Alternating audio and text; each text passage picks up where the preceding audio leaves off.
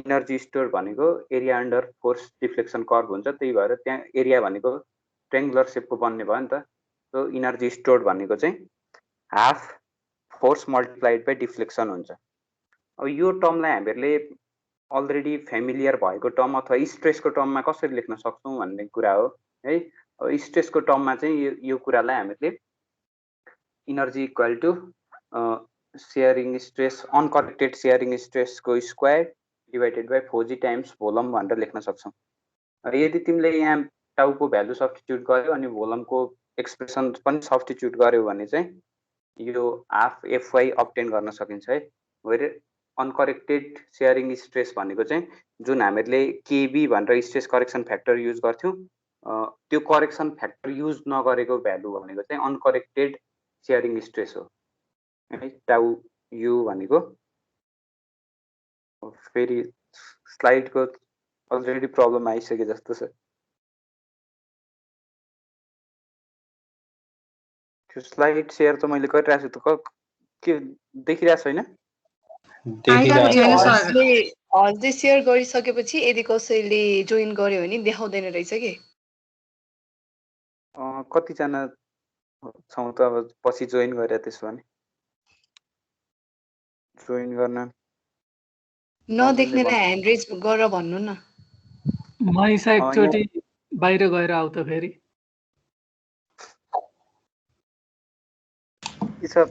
मैले फेरि slide stop गरेर सेयर गर्छु नि त।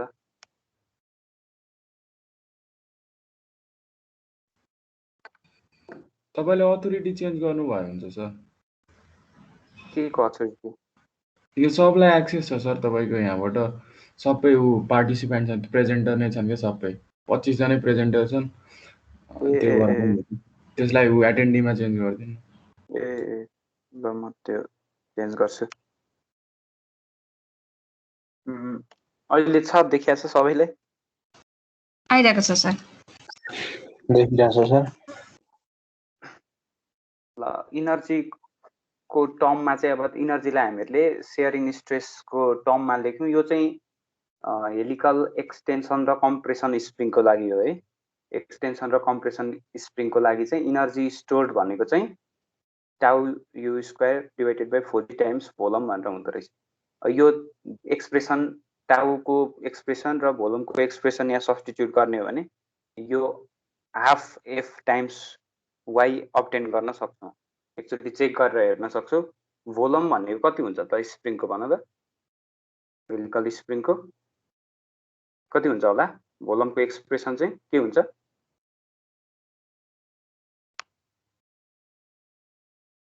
पाइडिएल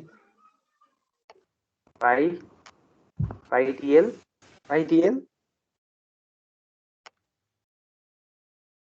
स्प्रिङको त्यो वायरको cross sectional area times total length of the wire हुन्छ नि त हैन।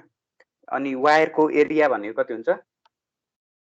पाई by 4 D square times length कति हुन्छ त स्प्रिङको लेन्थ? टोटल वायरको टोटल लेन्थ चाहिँ पाई टाइम्स फ्री लेन्थ है pi D N times pi D square by 4 चाहिँ भोलमको एक्सप्रेसन हो। अब यो टाउ यु र भोलमको एक्सप्रेसनलाई सब्स्टिट्युट गर्यो भने चाहिँ फाइनली यो एक्सप्रेसन हामीले अब्टेन गर्न सक्छौँ इनर्जीको लागि। ठिक छ। अनि वाई को पनि त छ नि त हैन। यहाँ वाई को लागि एक्सप्रेसन जी कसरी आयो भन्छ भने जी चाहिँ वाई को एक्सप्रेसन पनि सब्स्टिट्युट गर्यो भने क्यान्सल हुन्छ। एकचोटि चेक गरेर हेर्न सक्छौँ यो इनर्जीको टर्म। यसरी हामीले चाहिँ सेयरिङ स्ट्रेसको टर्ममा इनर्जी स्टोर्डको एक्सप्रेसन अब्टेन गर्न सक्छौँ। सिमिलरली यो चाहिँ हेलिकल कम्प्रेसन र एक्सटेन्सन स्प्रिङको लागि हो। त्यस्तै हेलिकल टोर्सन स्प्रिङको लागि चाहिँ के हुने भयो त? सेम एक्सप्रेसनलाई हाफ एम थीटा भनेर, थीटा भनेको के हो त? एङ्गुलर डिफ्लेक्सन हो, त्यही भएर हाफ एम थीटा टोर्सनल स्प्रिङको टर्ममा। अब यसलाई पनि हामीले यहाँ एम को थीटाको भ्यालु सब्स्टिट्युट गरेर सल्भ गर्ने हो भने टोर्सनल स्प्रिङको केसमा इन्ड्युस हुने स्ट्रेस भनेको नर्मल स्ट्रेस हो, त्यही भएर नर्मल स्ट्रेसको टर्ममा हामीले यसरी लेख्न सकिन्छ है। यो डिभाइडेड बाई एटी भयो। यति बेला यो भनेको चाहिँ सर्कुलर अथवा राउन्ड वायरको केसमा भयो है एटी भने। यदि टोर्सनमा भनेको टोर्सनको लागि नर्मल स्ट्रेस इन्ड्युस हुँदैछ, नर्मल स्ट्रेस इन्ड्युस हुँदैछ भने राउन्ड वायर भन्दा बेटर कुन हुन्छ त? रेक्टेङ्गुलर क्रस सेक्सनको वायर बेटर हुन्छ। तर त्यसको चाहिँ अब मास प्रोडक्सन हुँदैन, त्यही भएर धेरै युज गर्दैनौँ। अनि त्यसको रेक्टेङ्गुलर क्रस सेक्सन भएको वायरको इनर्जीको एक्सप्रेसन हेर्ने हो भने रेक्टेङ्गुलर क्रस सेक्सन भएको वायरको लागि चाहिँ डिभाइडेड बाई 6E हुन्छ। भनेपछि यो दुईटा इनर्जीको भ्यालु कम्पेयर गर्ने हो भने धेरै इनर्जी चाहिँ कुनमा स्टोर हुने रहेछ त? कुनमा हुन्छ त? सर्कुलरमा रेक्टेङ्गुलरमा हुने भयो नि त हैन? त्यही भएर बेटर धेरै इनर्जी पनि यसमा स्टोर हुन्छ। तर अब धेरै युज चाहिँ यसको एभाइलेबिलिटीको कारणले पनि धेरै युज हुँदैन है। ल यति नै हो यो इनर्जी स्टोर्ड इन स्प्रिङ भनेको। यसमा हामीले मेनली हेर्नुपर्ने कुराहरू भनेको यति नै हो। अनि यो चाहिँ बुकमा छैन है, बुकमा छैन, भण्डारीको बुकमा पनि छैन, सिग्लेकोमा पनि छैन। मैले चाहिँ स्पोर्ट्सको बुकबाट लिएको हो। अन्त यो इनर्जी स्टोर कभर भइसके पछाडि हाम्रो स्प्रिङको टोटल च्याप्टर पनि ऱ्यापअप हुन्छ यो सँगै। दुईटा टपिक चाहिँ मैले छोडेको छु, बेलिभेल स्प्रिङ र लिफ स्प्रिङको। त्यसको इन्ट्रोडक्टरी पार्ट अथवा थ्योरिटिकल पोर्सन, त्यसको जस्ट कसरी फङ्सन गर्छ भन्ने कुरा चाहिँ बुझिराख्ने, त्यो आफैले हेर्नु पर्यो है। र अब आज हामी नेक्स्ट च्याप्टर स्टार्ट गर्छौँ, क्लच एन्ड ब्रेक्स। ठिक छ, क्लच एन्ड ब्रेक्स भनेको थाहा छ के हो? फङ्सन, क्लचको फङ्सन के हो, ब्रेकको फङ्सन के हो? सर हामीले कुन कुन च्याप्टर भ्यायौँ रे? डिसइन्गेज गराउने। हामीले पावर स्क्रु र स्प्रिङ भ्यायौँ। स्प्रिङ्स र के हो त फङ्सन, क्लच र ब्रेक्सको फङ्सन? त्यो चाहिँ एक प्रकारमा रिभर्स फर्स्टली इनर्जी ट्रान्सफर गराउँछ ड्राइभरदेखि ड्रिभन शाफ्टसँग। अनि ब्रेकले चाहिँ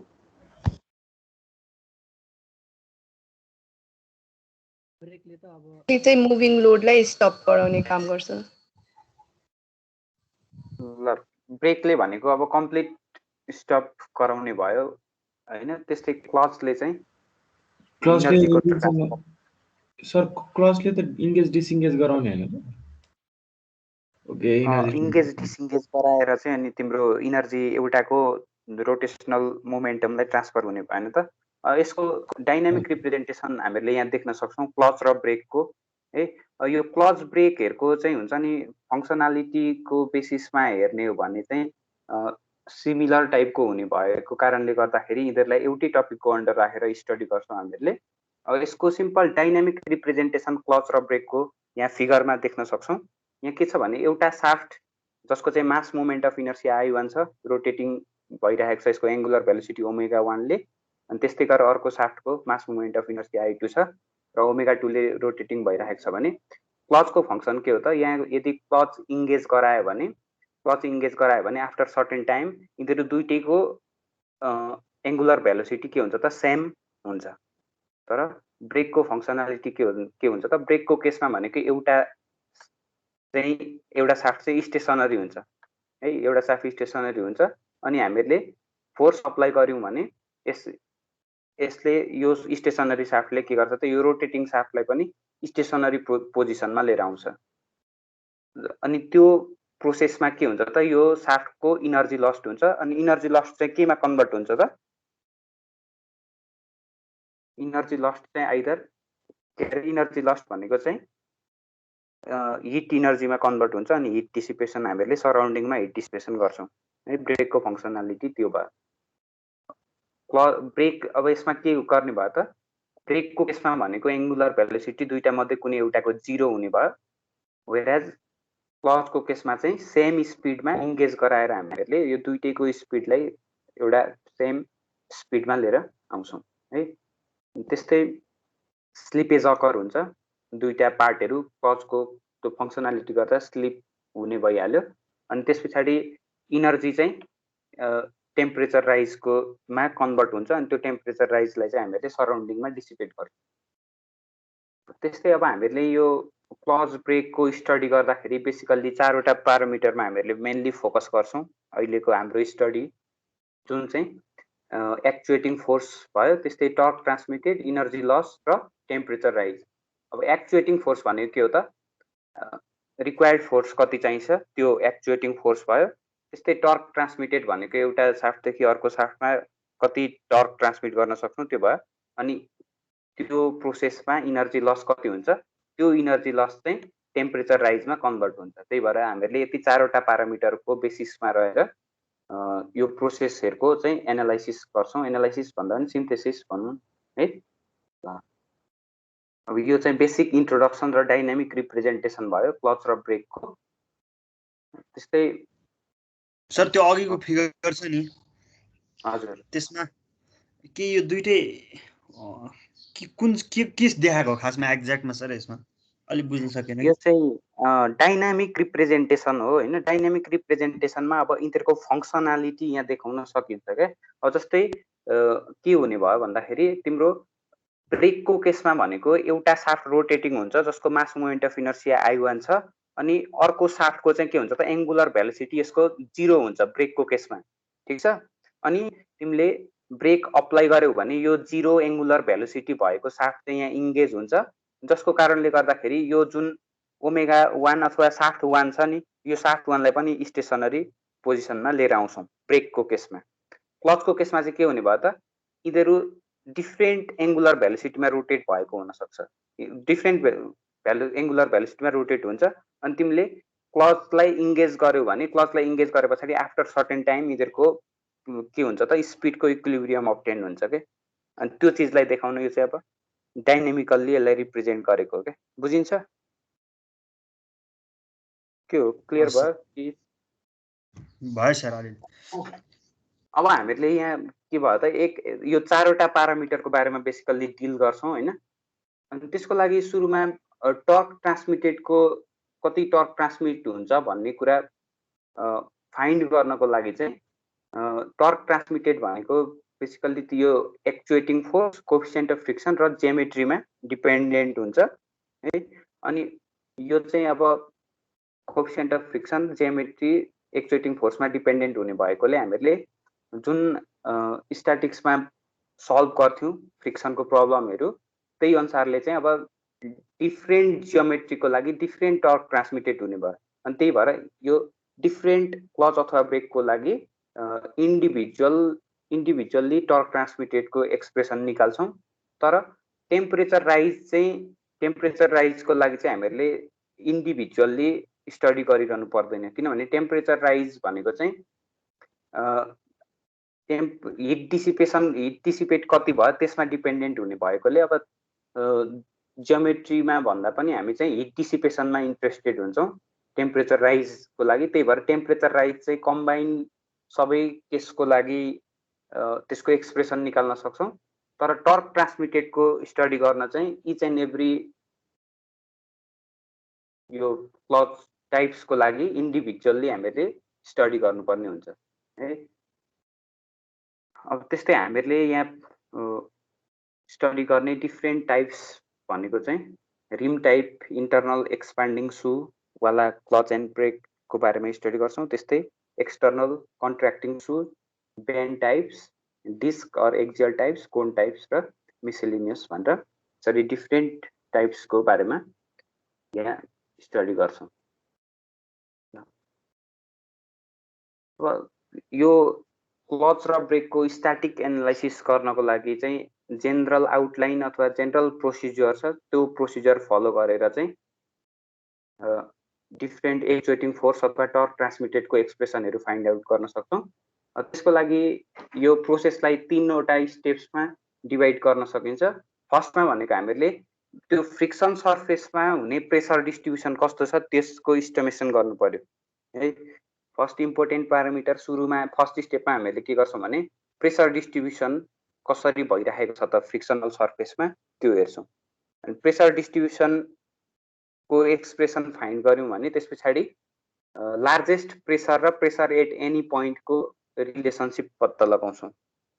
म्याक्सिमम प्रेसर, त्यहाँ प्रेसर डिस्ट्रिब्युसनमा म्याक्सिमम प्रेसर कहाँ छ अनि त्यसको चाहिँ प्रेसर एट एनी पोइन्टसँगको रिलेसनसिप के छ त्यो पत्ता लगाउँछौँ सेकेन्ड स्टेपमा। अनि थर्ड स्टेपमा भनेको चाहिँ static equilibrium condition of static इक्विलिब्रियमको युज गरेर ब्रेकिङ फोर्स टर्क र सपोर्ट रियाक्सनको एक्सप्रेसन फाइनल्ली त्यसरी फाइन्ड आउट गर्न सक्छौँ।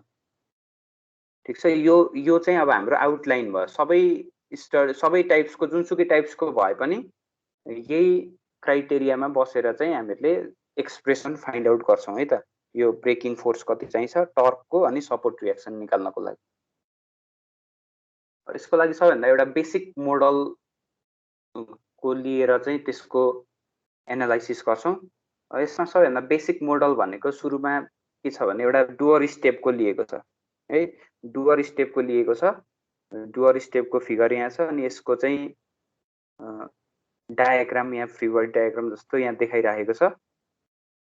अब यसमा फ्रिक्सन मेटेरियल भनेको हामीले के युज गर्छौँ त, यहाँ बेसमा रबर युज गर्छौँ अनि यो रबर फ्रिक्सन मेटेरियल हो अनि यसले गर्दाखेरि चाहिँ यहाँ ब्रेक अप्लाई हुन्छ है। हामीले अब फोर्स डाउनवर्ड डिरेक्सनमा फोर्स अप्लाई गर्दाखेरि यसको के हुन्छ त, ब्रेक यहाँ अप्लाई हुन्छ। अनि त्यस्तै अब एउटा प्रेसर डिस्ट्रिब्युसनको एजम्सन चाहिँ हामीले यहाँ प्याराबोलिक लिएको छौँ। यो चाहिँ यो एजम्सन हो है, यो एजम्सन हो। एजम्सनमा के छ त, प्रेसर डिस्ट्रिब्युसन प्याराबोलिक छ भन्ने एजुम गरेको छौँ। अनि एफ भनेको चाहिँ अप्लाइड फोर्स हो, हामीले अप्लाई गरेको फोर्स अथवा एक्चुएटिङ फोर्स एफ। त्यस्तै यसको क्रस सेक्सनलाई यहाँ देखाइएको छ, यसको बेसको क्रस सेक्सनलाई। W1 भनेको के रहेछ त, यसको विड्थ भयो अनि W2 भनेको चाहिँ अर्को डाइमेन्सन W2 भनेर देखाएको छ। त्यस्तै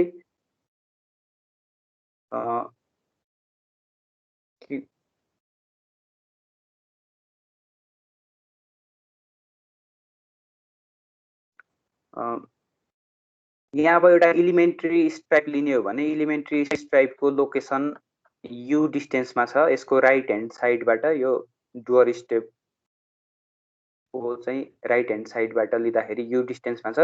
वेयर यु बार भनेको चाहिँ के हो त, सेन्टर, यो टोटल प्रेसर डिस्ट्रिब्युसनको सेन्टर भनेको चाहिँ यु बार डिस्टेन्समा छ भनेपछि यु बार भनेको के हुने भयो त,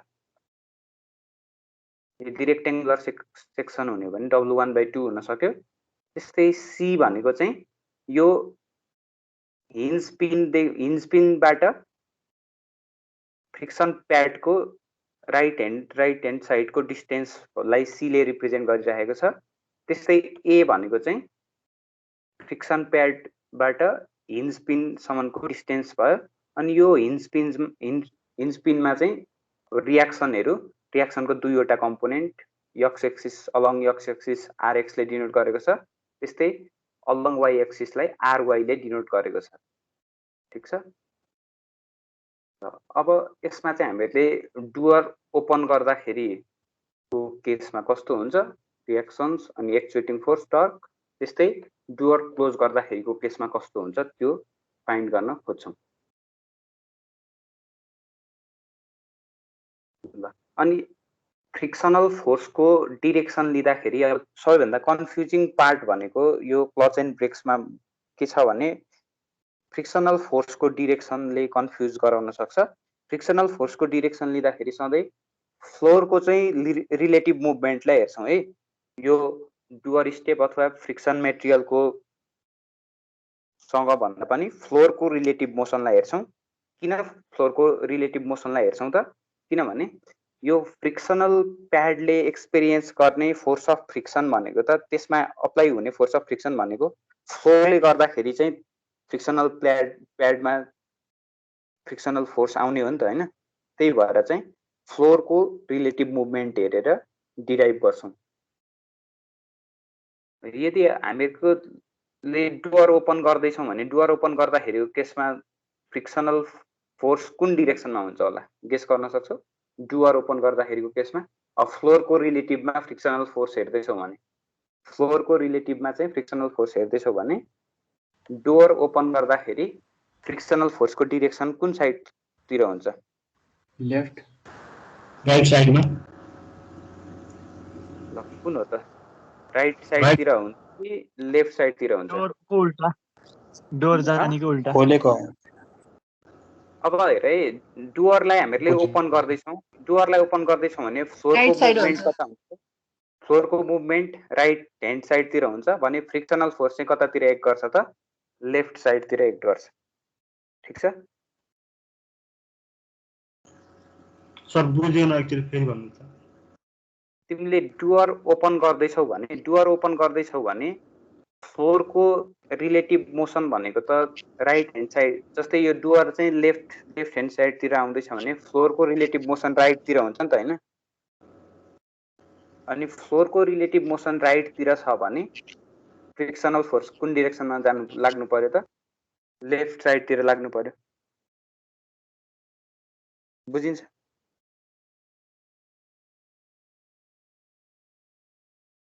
सर हजुर मैले ढोका खोल्न खोज्छु भने फ्रिक्सनले मलाई ढोका खोल्न दिँदैन हैन अनि त्यो हो भनेदेखि त अनि कसरी चाहिँ लेफ्ट साइडतिर लाग्यो त नि मेरो जुन जस्तो त्यो हिन्ज जुन छ हिन्ज चाहिँ हजुरको फिगर अनुसार है हिन्ज जुन छ हिन्ज मेरो राइट साइडपट्टि छ भने ढोका खोल्नको लागि त्यो हिन्ज लेफ्ट साइडतिर आउनुपर्छ भनेदेखि त त्यो लेफ्ट साइडतिर आउन नदिनको लागि त के अरे मैले फोर्स राइट साइडतिर आउनु पर्यो नि अहिले हिन्ज चाहिँ आउट अफ द इक्वेसन छ हैन हामीले चाहिँ यो फ्रिक्सनल प्याडले एक्सपिरियन्स गरेको फोर्स हेर्दैछौँ क्या हामीले फ्लोरमा लाग्ने फ्रिक्सन हेरेको छैनौँ कि फ्रिक्सन प्याडमा चाहिँ लाग्ने फोर्स हेर्दैछौँ क्या अब प्याडको रिलेटिभमा हेर्ने हो भने त सर हामी जबरजस्ती घसार्दै ढोका खोलिराखौँ हजुर हामी जबरजस्ती घसारिँदै ढोका खोलिराखौँ त्यो त अब तिम्रो फ्रिक्सनल फोर्सले कति फोर्स अप्लाई हुन्छ त्यो अनुसारले पो तिमीले कति फोर्स अप्लाई गर्ने घसार्ने हो कि सिम्पली फु गर्दाखेरि खुल्ने हो भन्ने कुरा त फ्रिक्सनल फोर्स कति लाग्छ त्यसले पो आउने हो त अहिले त हामीले क्वान्टिफाई गरेको छौँ घसार्दै जाने अनि डिरेक्सनतिर भयो कि अब रोकिन्छ भने त अब कता भयो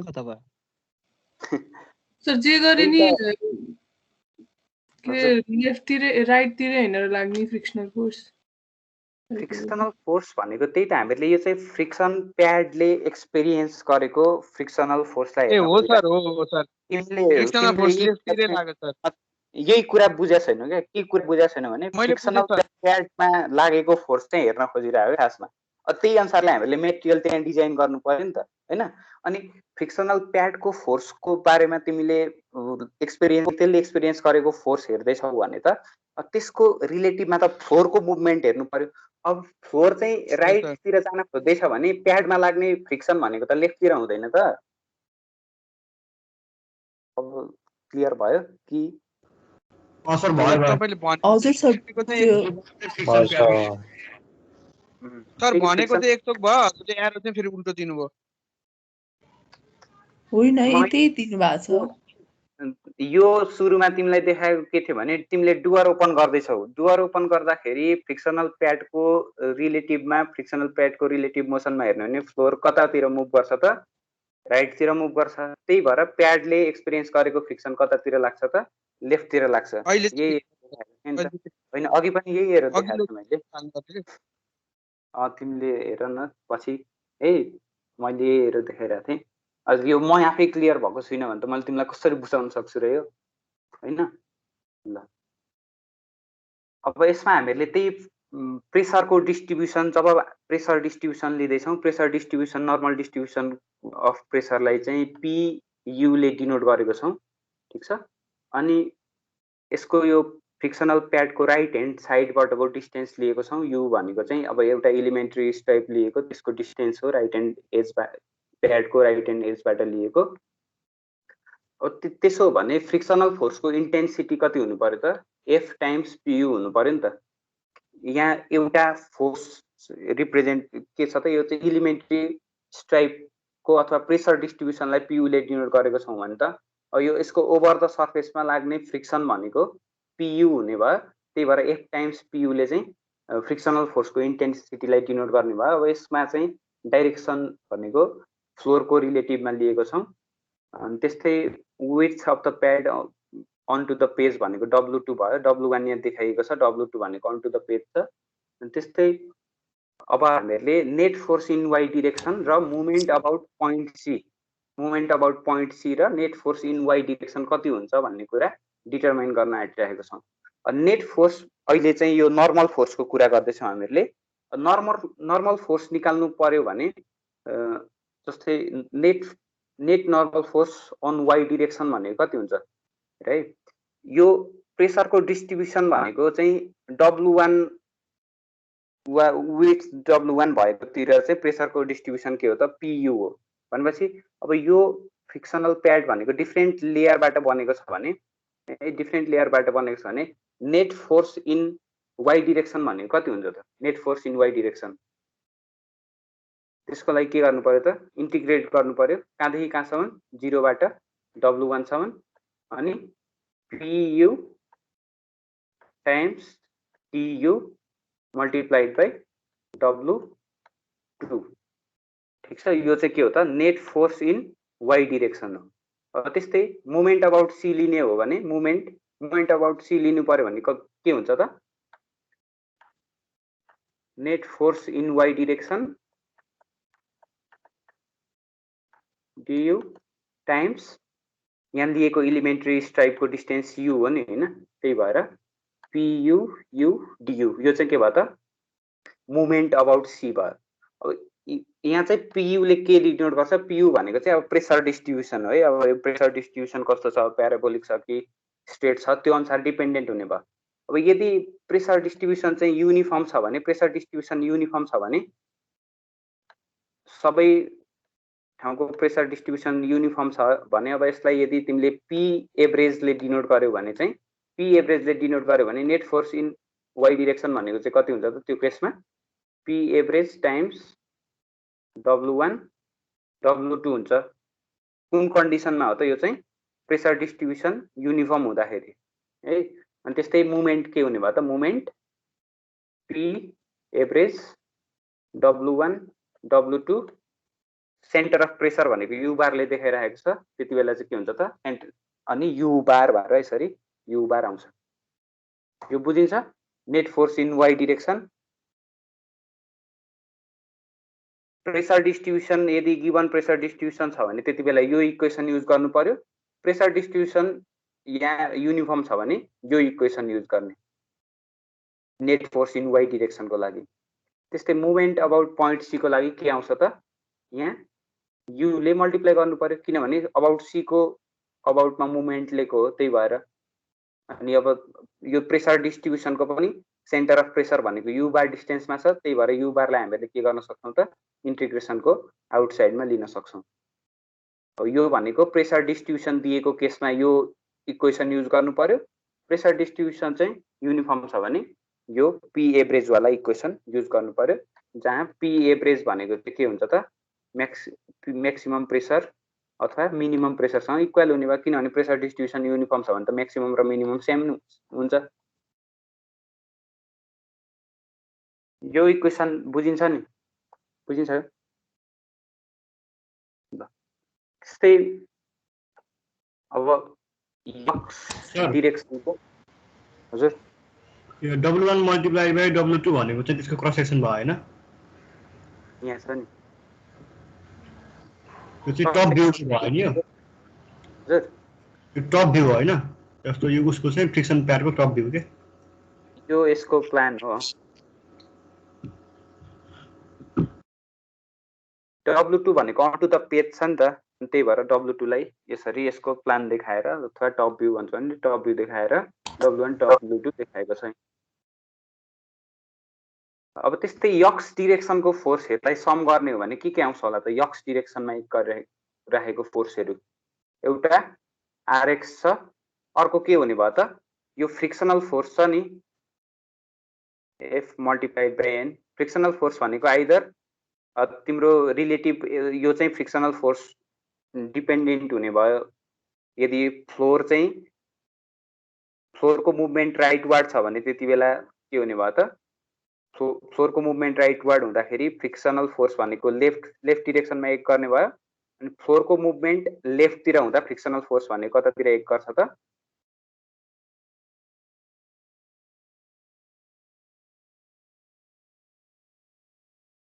फ्रिक्सनल फोर्स फ्लोरको मुभमेन्ट लेफ्ट हुँदा राइटतिर एक्ट गर्छ फ्रिक्सनल फोर्स। अब यो फ्रिक्सनल फोर्स एउटा यक्स डिरेक्सनमा लाग्ने फोर्स भयो त्यस्तै आरएक्स अनि अरु कुनै फोर्स एक्ट गर्छ त एक्स डिरेक्सनमा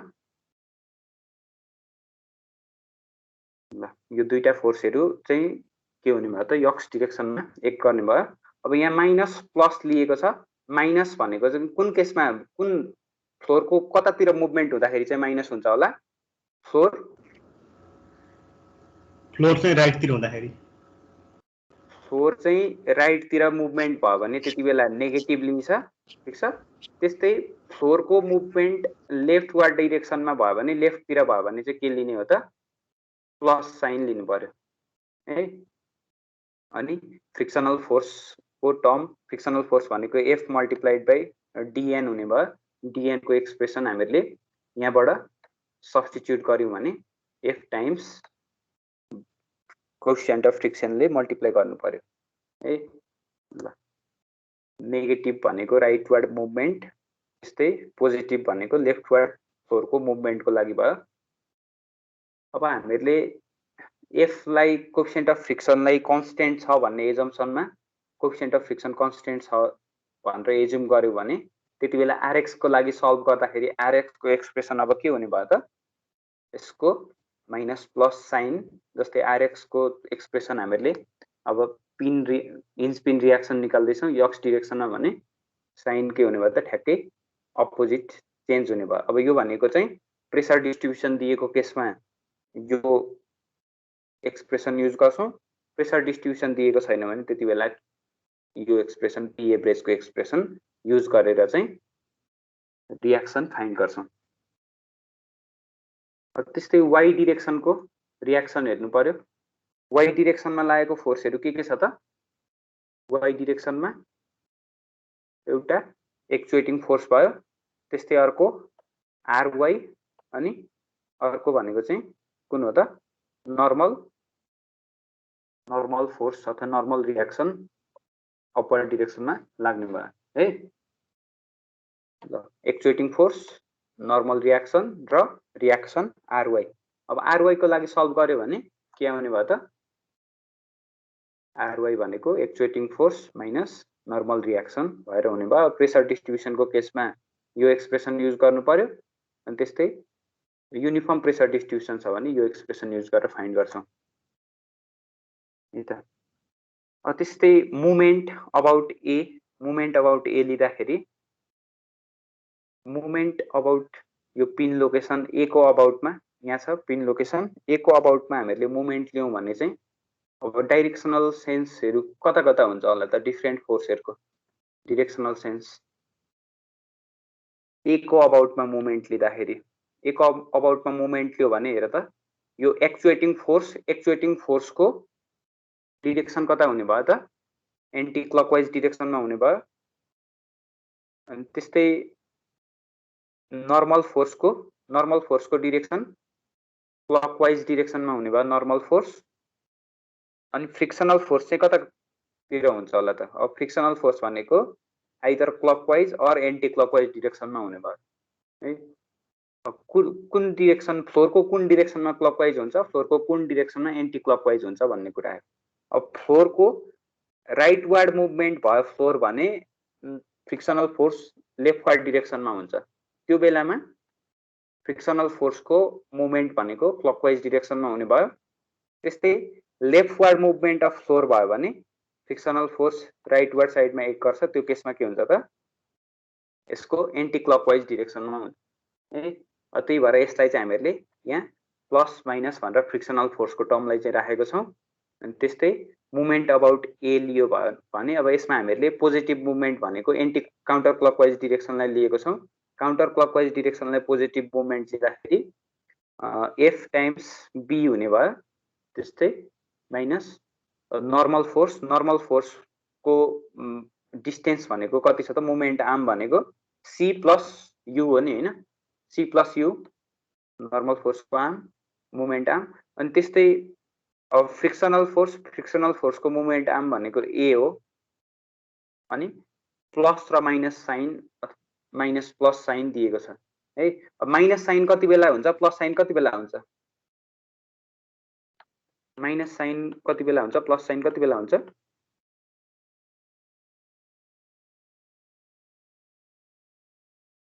काउन्टर क्लकवाइज डिरेक्सनमा फ्रिक्सनल फोर्सको मुभमेन्ट काउन्टर क्लकवाइज डिरेक्सनमा हुनको लागि फ्रिक्सनल फोर्स भनेको राइटवार्ड साइडमा एक्ट गर्नु पर्यो।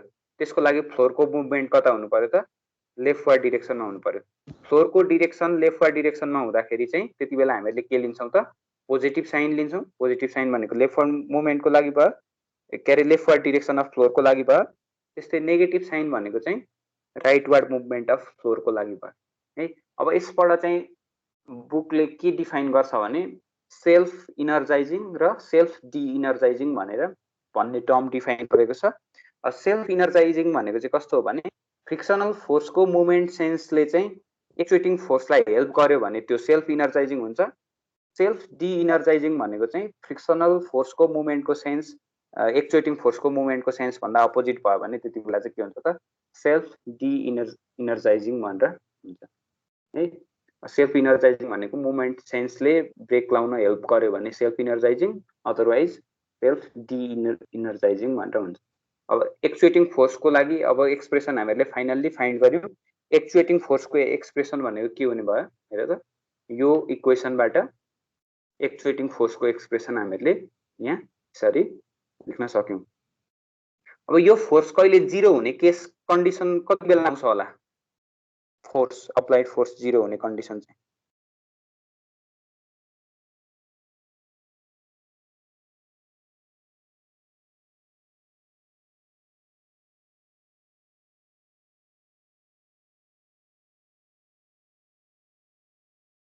यो एफ कहिले 0 हुन्छ? सर स्क्रिनै देखिरहेको छैन, फेरि इन्टरनेट डिस्कनेक्ट हुने बित्तिकै स्क्रिनै देखाउँदैन। अनि यो मसिन डिजाइनकोमा मात्रै हो कि यस्तो हुने फेरि? त्यो त जहिले यस्तै हुन्छ। के छ मेरो केही फल्ट हो यहाँ? होइन त्यो केही अल्टरनेटिभ खोज्न पर्छ जस्तो छ सर। त्यही त केही अल्टरनेटिभ छ भने यु क्यान सजेस्ट मी, त्यो म त्यही अनुसारले फलो गरौँला। नयाँ राख्नु भएको कि होइन? नयाँ मिटिङ सेड्युल गर्नु भएको हो कि पुरानै मिटिङ जुन सेड्युल थियो त्यसैबाट कन्टिन्यू गरे हो? पुरानै मिटिङ हो। यहाँ त मिटिङ अरूले नै इनिसिएट गर्छ, मैले जोइन हुने हो क्या। होइन इनिसिएट हजुरले सेड्युल गरेर राखेको हुन्छ नि त, त्यो सेड्युल चाहिँ नत्र नै मैले सेड्युल गरेर राखे हो। त्यही त अर्को पालि यो क्लासमा चाहिँ अर्को मिटिङ सेड्युल गरिदिनु न, यो अहिले भएको मिटिङलाई क्यान्सल गरिदिनु नेक्स्ट टाइमदेखि चाहिँ, अनि त्यसमा हेरौँ। त्योमा भएन नि अरू केही खोज्नु। यो देखा छैन, देखा छैन सर। एकचोटि डिस्कनेक्ट भइसकेपछि फेरि जान्छ क्या? छैन बोर भयो। अब त्यस्तो देखा छैन भने अब छोड्दियोस्। के गर्न सकिन्छ त? के होला त सोल्युसन? खै सर अब के हो त्यो थाहा नै, हेर्नै पर्छ सर। एभ्री क्लासमा इन्टरप्ट हुन्छ, बिचमा भएपछि त्यही प्रब्लम आउँछ सधैँ। अघि मसिन डिजाइनकोमा जहिले यस्तै हुन्छ, अरूमा फेरि त्यस्तो केही पनि भएको छैन, यही क्लासमा मात्रै हो। डिस्कनेक्ट भइसकेपछि एकचोटि डिस्कनेक्ट भइसकेपछि अर्कोचोटि कनेक्ट हुँदाखेरि देखाउँदैन। म यो इस्यु एकचोटि सर यो उस के अरे इएमआइएस डिपार्टमेन्टमा फरवर्ड गरिदिन्छु, उहाँहरूले हेर्नुहुन्छ त्यसपछि।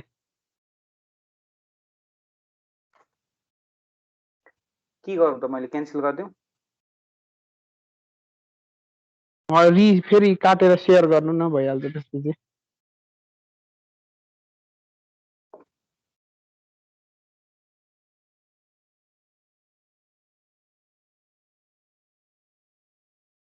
तर अहिले पनि हजुरले दुईटै डिभाइस चलाइराख्नु भएको छ, के गरिरहनु भएको छ?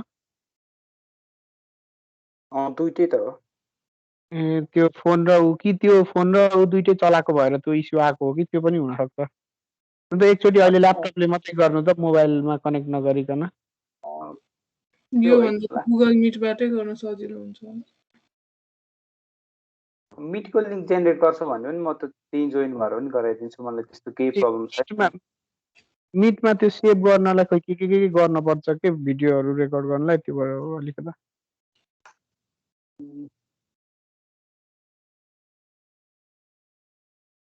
किन यो सबैकोमा त त्यस्तो हुने होइन नि त, कसैकोमा मात्रै त्यो इस्यु आउने हो नि त, होइन? यस्तो भइरहेछ धेरै जसोमा आइरहेछ।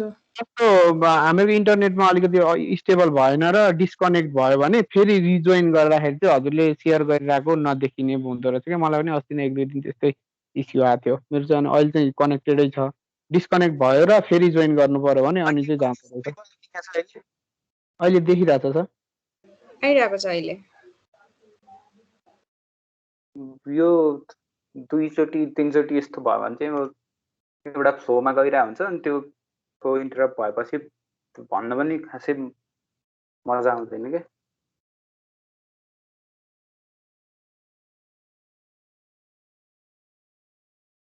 ल यो F0 हुने कन्डिसन चाहिँ कति बेला हुन्छ होला? अहिले त देखिरहेछ नि है? देखिरहेको छ सर। एक्चुएटिङ फोर्स चाहिँ छ नि जुन सेल्फ लकिङ कन्डिसन हुने केस चाहिँ कति बेला आउँछ होला त? भित्रको टर्म्सहरू एकअर्कासँग इक्वल भएर माइनसको केस भयो भने यहाँको यहाँ माइनस साइन भयो भने मात्रै चाहिँ यो F0 हुन सक्छ। पोजिटिभ साइन हुँदाखेरि F0 हुन सक्दैन। त्यही भएर only during rightward motion of the floor त्यति बेला मात्रै के हुन्छ त यो एक्चुएटिङ फोर्स चाहिँ 0 हुने केस आउन सक्छ। Rightward motion of the floor भनेको when you are opening the door open गर्दाखेरिको केसमा है।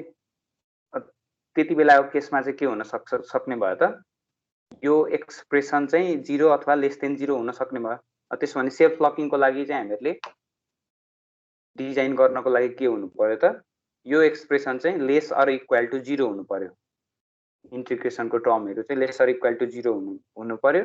त्यसको लागि यहाँबाट हामीहरूले केलाई फ्याक्टर आउट गर्न सक्छौँ? जस्तै यो PUले यहाँ ब्र्याकेटभित्र भएको टर्म C र U लाई इन्डिभिजुअली मल्टिप्लाई गर्ने।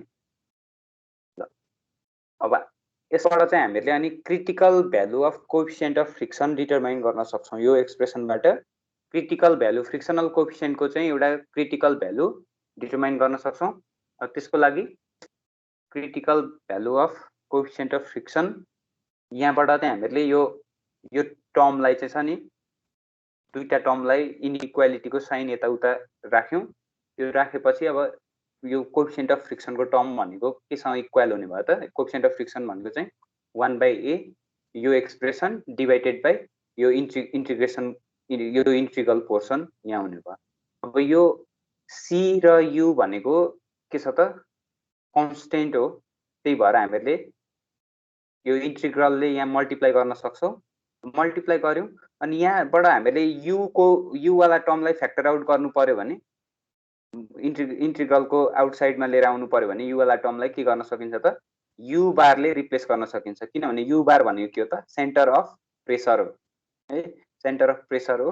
त्यही भएर अब U बारलाई तिमीले इन्टिग्रलबाट फ्याक्टर आउट गर्यौ भने रिमाइनिङ यहाँ के एक्सप्रेसन रहन्छ त F critical must be greater or equal to C plus U bar divided by A हुनु पर्यो नि हैन। यहाँबाट यो एक्सप्रेसन अब्टेन गर्न सकिन्छ त?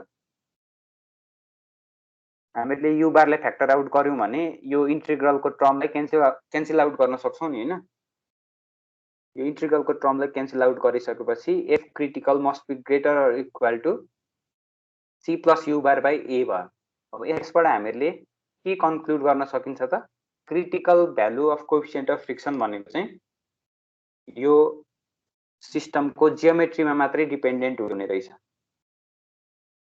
जियोमेट्रीमा डिपेन्डेन्ट हुने रहेछ। अनि यसरी चाहिँ हामीहरूले यसलाई सेल्फ लकिङ बनाउन सकिने भयो है। सेल्फ लकिङ फेनोमेनाको is independent of the pressure डिस्ट्रिब्युसनसँग इन्डिपेन्डेन्ट हुने भयो। ठीक छ। तर U बारको भ्यालु फाइन्ड गर्नको लागि यो प्रेसर डिस्ट्रिब्युसन पनि नेसेसरी हुन्छ। अब यसरी चाहिँ हामीहरूले सेल्फ लकिङ बनाउनु पर्यो भने critical value of coefficient of friction must be greater or equal to यो टर्म भन्दा ग्रेटर अर इक्वल हुनु पर्यो सेल्फ लकिङ हुनको लागि। सेल्फ लकिङ भनेको के हो त हामीले फोर्स अप्लाई नगरिकन त्यो डुअर त्यही पोजिसनमा स्टप हुनु पर्यो। भनेपछि जेनरली डुअर स्टपको फंक्सन पनि त्यही होइन त। डुअर ओपन गर्दाखेरि फोर्स अप्लाई नभइकन त्यो चाहिँ ब्रेक लाग्नु पर्यो त्यहाँ। ठीक छ। यो भनेको चाहिँ अब सिम्पल एनालाइसिस हो। यो आउटलाइनमा रहेर चाहिँ हामीले अब डिफरेन्ट ब्रेक र क्लचको एनालाइसिस गर्छौं। यो चाहिँ सिम्पल अन्डरस्ट्यान्डिङको लागि मात्रै एउटा एनालाइसिस स्ट्याटिक एनालाइसिस गर्नलाई मात्रै यसको केस हामीले लिएको हो है। यसको जस्ट आउटलाइन के कस्तो हुँदो रहेछ भनेर बुझ्नको लागि। अब चाहिँ हामी इन्टर गर्छौँ यसको मेन क्लच एन्ड ब्रेक्स, जुन चाहिँ फर्स्ट टाइप्स भनेको internal expanding rim clutches and brakes भनेर छ। अब यो इन्टरनल एक्सपान्डिङ क्लच अथवा ब्रेकमा भनेको जेनरली तीनवटा मेन पार्ट्सहरू हुन्छ। एउटा भनेको फ्रिक्सनल सर्फेस चाहियो ब्रेक अप्लाई गर्नको लागि, अनि त्यस्तै means of transmitting torque to and from the surface, अनि एक्चुएटिङ मेकानिजम चाहियो है। अब यो इन्टरनल एक्सपान्डिङ ब्रेकमा भनेको के हुन्छ त, फ्रिक्सनल मेटेरियल भनेर फ्रिक्सनल सर्फेसको लागि ब्रेक सु हुन्छ। अनि त्यस्तै टर्क ट्रान्समिट केले गर्छ त, टर्क ट्रान्समिटिङ भनेको त्यही ब्रेक सुले चाहिँ टर्क ट्रान्समिट गरेर ब्रेकिङ टर्क लाग्ने हो ड्रममा, ठिक छ। अनि त्यस्तै एक्चुएटिङ मेकानिजम भनेको एक्चुएट गर्नको लागि आइदर क्याम युज गरेको हुन सक्यो अथवा cylinder piston cylinder assembly use गरेको हुन सक्यो है। बेसिक यो तीनवटा कम्पोनेन्ट्सहरू हुन्छ। अनि अपरेटिङ मेकानिजमको बेसिसमा रहेर चाहिँ हामीहरूले यो इन्टरनल एक्सपान्डिङ क्लचलाई डिफ्रेन्ट टाइप्स अफ क्लचमा डिभाइड गर्न सकिन्छ। क्लचको कुरा भइरहेको छ यहाँ है। क्लचहरूमा के छ त, expanding ring, centrifugal, magnetic, hydraulic र न्युमेटिक गरेर यसरी यसको अपरेटिङ मेकानिजमको आधारमा चाहिँ हामीहरूले यसरी क्लासिफाई गर्न सकिन्छ। एक्सपान्डिङ रिङ क्लच भनेको कहाँ युज हुन्छ त, एक्सपान्डिङ रिङ क्लच भनेको चाहिँ यो टेक्सटाइल मसिनरी, एक्सकाभेटर, मसिन टुलहरूमा युज हुन्छ। अनि क्लच यो एक्सपान्डिङ रिङ क्लचमा चाहिँ ड्राइभिङ पुल्लीको इनसाइडमा एक्सपान्डिङ रिङ क्लच हुन्छ। अनि त्यही गर्दा अब त्यहाँ कसरी इङ्गेज अथवा डिसइङ्गेज कसरी हुन्छ भन्दा सेन्ट्रिफ्युगल एक्सनले र टर्क ट्रान्समिट गरेकोले चाहिँ कन्ट्रिब्युट गर्ने भयो त्यो क्लचलाई इङ्गेज गर्नको लागि। त्यस्तै नेक्स्ट टाइप भनेको सेन्ट्रिफ्युगल क्लच छ। सेन्ट्रिफ्युगल क्लच भनेको अटोमेटिक अपरेसनमा युज हुन्छ। अब यो भनेको चाहिँ बेसिकल्ली मोटरहरूमा जेनरली युज भइरहेको हुन्छ, जसमा चाहिँ यदि विदाउट सक बिना चाहिँ त्यो क्लचलाई इङ्गेज गर्नु पर्यो भने सेन्ट्रिफ्युगल क्लच युज गरेको हुन्छ। किनभने त्यसको रोटेसन चाहिँ एउटा थ्रेसोल्ड लिमिट कटे पछाडि मात्रै चाहिँ के हुन्छ त, त्यो एक्सपान्ड हुन्छ। अनि त्यही भएर चाहिँ जेनरली मोटर इलेक्ट्रिक मोटर ड्राइभ्सहरूमा युज हुन्छ। अब यो सेन्ट्रिफ्युगल क्लचमा चाहिँ हामीहरूले स्प्रिङ पनि युज गर्छौँ। स्प्रिङ किन युज गर्छौँ भने अब त्यसलाई डिसइङ्गेज गराउनु पर्यो, अब पहिलाकै मोसनमा रिस्टोर गर्नु पर्यो भने स्प्रिङको युज गरिने भयो। प्लस यदि कुनै एप्लिकेसनमा चाहिँ सक लोड लाग्ने त्यस्तो हुन्छ भने त्यति बेला चाहिँ स्प्रिङले के गर्छ त, त्यसको थ्रेसोल्ड लिमिट बढाउन हेल्प गर्छ है स्पिडको।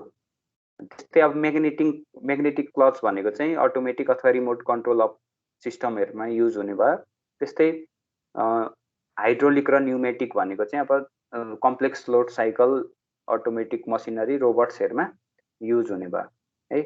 ल अब हाइड्रोलिक र न्युमेटिकमा के छ त, डिस्क, कोन, मल्टिपल प्लेट क्लचहरू गरेर डिफ्रेन्ट टाइपको हुन सक्यो। अब त्यस्तै ब्रेक चाहिँ कुन छ त, ब्रेकको टाइप्सहरू भनेको इन्टरनल सु अर ड्रम ब्रेक गरेर यसरी दुईवटा इन्टरनल एक्सपान्डिङ ब्रेक्सहरू भनेको चाहिँ ड्रम ब्रेक, जुन हामीले सुनिरहेको ड्रम ब्रेक छ नि, ड्रम ब्रेक भनेको पनि के हो त, इन्टरनल एक्सपान्डिङ ब्रेक हो है। अब यसलाई चाहिँ जेनरली अटोमोटिभ हेभी मसिनरीहरूमा अथवा हेभी इक्विपमेन्ट त्यो भेहिकल्सहरूमा चाहिँ युज हुन्छ यसको। ल यो चाहिँ कुन टाइप, हजुर त्यो एक्सपान्डिङ रिङ क्लचको एकचोटि फेरि भनिदिनु न। एक्सपान्डिङ रिङ क्लच भनेको यो फिगरमा देखाएको छ नि, यो फिगर नम्बर 1, यो चाहिँ एक्सपान्डिङ रिङ क्लच हो। यसमा के हुन्छ भने तिमीले स्पिड बढ्दै जाँदाखेरि के हुन्छ त, यसको सेन्ट्रिफ्युगल एक्सनले गर्दाखेरि यो आउटवर्ड मोसन या सेन्ट्रिफ्युगल फोर्स एक गर्ने भयो, अनि यसरी क्लच इङ्गेज हुन्छ एक्सपान्डिङ रिङ क्लचमा। यो भयो। हजुर यसको एप्लिकेसन चाहिँ कहाँ हुन्छ? एप्लिकेसन भनेको टेक्सटाइल इन्डस्ट्रीमा, एक्सकाभेटरमा, डिफ्रेन्ट हेभी इक्विपमेन्टतिर युज हुन्छ यसको। त्यस्तै सेन्ट्रिफ्युगल क्लच विथ स्प्रिङको यहाँ देखाएको छ, स्प्रिङ युज गरेर सेन्ट्रिफ्युगल क्लच। अब यिनीहरूको बेसिक अरेन्जमेन्ट भनेको सिमिलर टाइपको छ, एक्सेप्ट यसमा चाहिँ के छ त यो चाहिँ ड्राइभिङ पुल्लीको इनसाइडमा इन्सर्ट गरेको हुने भयो। ठिक छ ल। त्यस्तै गरेर जुन हामीले अहिले अब मेन स्टडी गर्न खोजिरहेको छौँ त्यो भनेको चाहिँ के हो त, ड्रम ब्रेकको चाहिँ एनालाइसिस गर्छौँ हामीले, कम्प्लिट एनालाइसिस गर्छौँ। ड्रम ब्रेकको यहाँ फिगर यहाँ देखिराखिएको छ। अब यसको एक्चुएटिङ मेकानिजमको लागि यहाँ स्लेभ सिलिन्डर यहाँ छ। यो तिमीले ब्रेक पेडल अप्लाई गर्ने बित्तिकै यो स्लेभ सिलिन्डरले चाहिँ के गर्छ त, ब्रेक सुमा चाहिँ फोर्स लाग्छ है, यहाँ फोर्स लाग्ने भयो। अनि त्यस्तै यसलाई हिन्ज गरिएको छ, यो पोर्सनमा यहाँ हिन्ज गरिएको छ। अनि यहाँ स्प्रिङको मेकानिजम युज गरेको छ। स्प्रिङको मेकानिजम भनेको चाहिँ जब तिमीले पेडलबाट हटाउँछौ आफ्नो एक्चुएटिङ फोर्स त्यो हटायो भने त्यति बेला ओरिजिनल पोजिसन रिस्टोर गर्नको लागि स्प्रिङ यहाँ राखिएको छ। अनि त्यस्तै यहाँ एडजस्टिङ मेकानिजमको लागि यहाँ तल यसको भित्रपट्टि देख्न सक्छौ। अब यो एडजस्टिङ मेकानिजमले चाहिँ के काम गर्ने हो भन्दाखेरि तिमीले ब्रेक अप्लाई गरिराख्दाखेरि यहाँ के हुन्छ त, यसको सर्फेस वेयर हुँदै थिकनेस घट्छ। थिकनेस घटे पछाडि पनि जुन त्यो ब्रेकिङ सेन्स ड्राइभरले अप्लाई गर्नुपर्ने फोर्स हो, अब यो यसको थिकनेस कम भयो भने त त्यति बेला आफ्नो उसको इस्टिमेट अनुसार ब्रेक नलाग्ने भयो। अनि त्यही भएर त्यसलाई एडजस्ट गर्नको लागि चाहिँ यो एडजस्टिङ मेकानिजम यहाँ छ। अनि ह्यान्ड ब्रेकको मेकानिजम चाहिँ यहाँ देखिएको छैन, तरै पनि ह्यान्ड ब्रेकको लागि यो पाइप यहाँ देख्न सक्छौँ। यो पाइपबाट यहाँ आइरहेको छ। अनि यहाँ रेचेट टाइपको मेकानिजम युज गरेको हुन्छ ह्यान्ड ब्रेकको लागि, किनभने यो सिलिन्डरबाट लाग्ने होइन, यहाँ रेचेट मेकानिजमबाट चाहिँ के हुन्छ त ह्यान्ड ब्रेक लाग्छ है। अब यसरी यहाँ दुईवटा चाहिँ यो ब्रेक सुहरू दुईवटा युज गरेको छ। अनि यसको फ्रिक्सन मेटेरियल यहाँ देख्न सक्छौँ, फ्रिक्सनल सर्फेस। ठिक छ ल। अब यसको एनालाइसिस गर्ने हो, त्यसको लागि सिम्पल फ्री बडी डायग्राममा हामीले यसलाई यहाँ यसरी देखाउन सक्छौँ। यहाँ चाहिँ एनालाइसिसको लागि एउटा मात्रै सु कन्सिडर गरेको छ, एउटा मात्रै सु कन्सिडर गरेको छ। अनि अब यसको यो चाहिँ सेन्टर भनेको सेन्टर अफ द ड्रमको सेन्टरमा हामीले सेन्टर लिएको छौँ। अनि त्यस्तै हिन्ज पिनको लोकेसन भनेको यो एमा चाहिँ ब्रेक सुलाई के गरिएको छ त, हिन्ज गरेर राखिएको छ। यसको सर्टेन एङ्गल थीटामा एउटा एलिमेन्ट्री स्ट्राइप कन्सिडर गरेको छौँ जसको थिकनेस आर डी थीटा छ। अनि अब यसमा चाहिँ के छ भने यो फ्रिक्सनल सर्फेस छ नि जुन यहाँ ग्रे कलरमा देखाइरहेको छ, यो भनेको चाहिँ के हो त, फ्रिक्सनल सर्फेस हो, फ्रिक्सनल सर्फेस हो। अब यसमा एक्चुएटिङ फोर्सको डिरेक्सन यहाँ देखाइरहेको छ, एक्चुएटिङ फोर्स लाग्ने डिरेक्सन देखाइरहेको छ।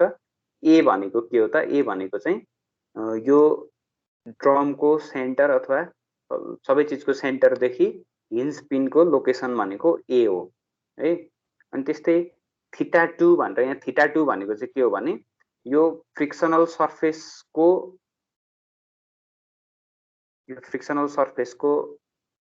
अर्को एक्सट्रिम इन्डसम्मको एङ्गललाई चाहिँ थीटा 2 ले डिनोट गरेको छ। यसको लागि एनालाइसिस गर्नको लागि यो ब्रेक सुलाई चाहिँ ए भन्ने पोइन्टमा पिभोटेड गरिएको छ। अनि एक्चुएटिङ फोर्स भनेको अब यहाँ पिभोट गरेको एउटा पोइन्ट भयो, एक्चुएटिङ फोर्स भनेको अर्को अपोजिट इन्डमा अप्लाई गरिरहेको छौँ। अब यो एजम्सनमा जुन यो एङ्गल छ नि, यो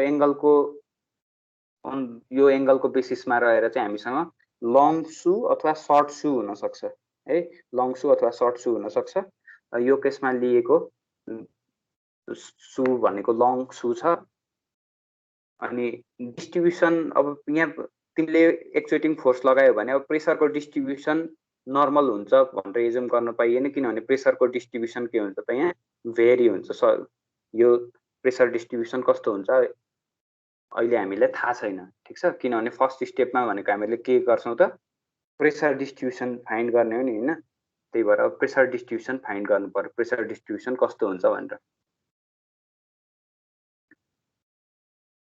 अनि यसको यो मेकानिकल अरेन्जमेन्टले चाहिँ के देखाउँछ भने यो हिलमा छ नि, हिलमा लाग्ने प्रेसर हेरेर त एक्चुएटिङ फोर्स हामीले यहाँ अप्लाई गरिरहेको छौँ भने हिलमा लागेको प्रेसर चाहिँ एकदमै मिनिमम अथवा 0 हुन्छ, ठ्याक्कै हिल भएको पोजिसनमा 0 हुन्छ है।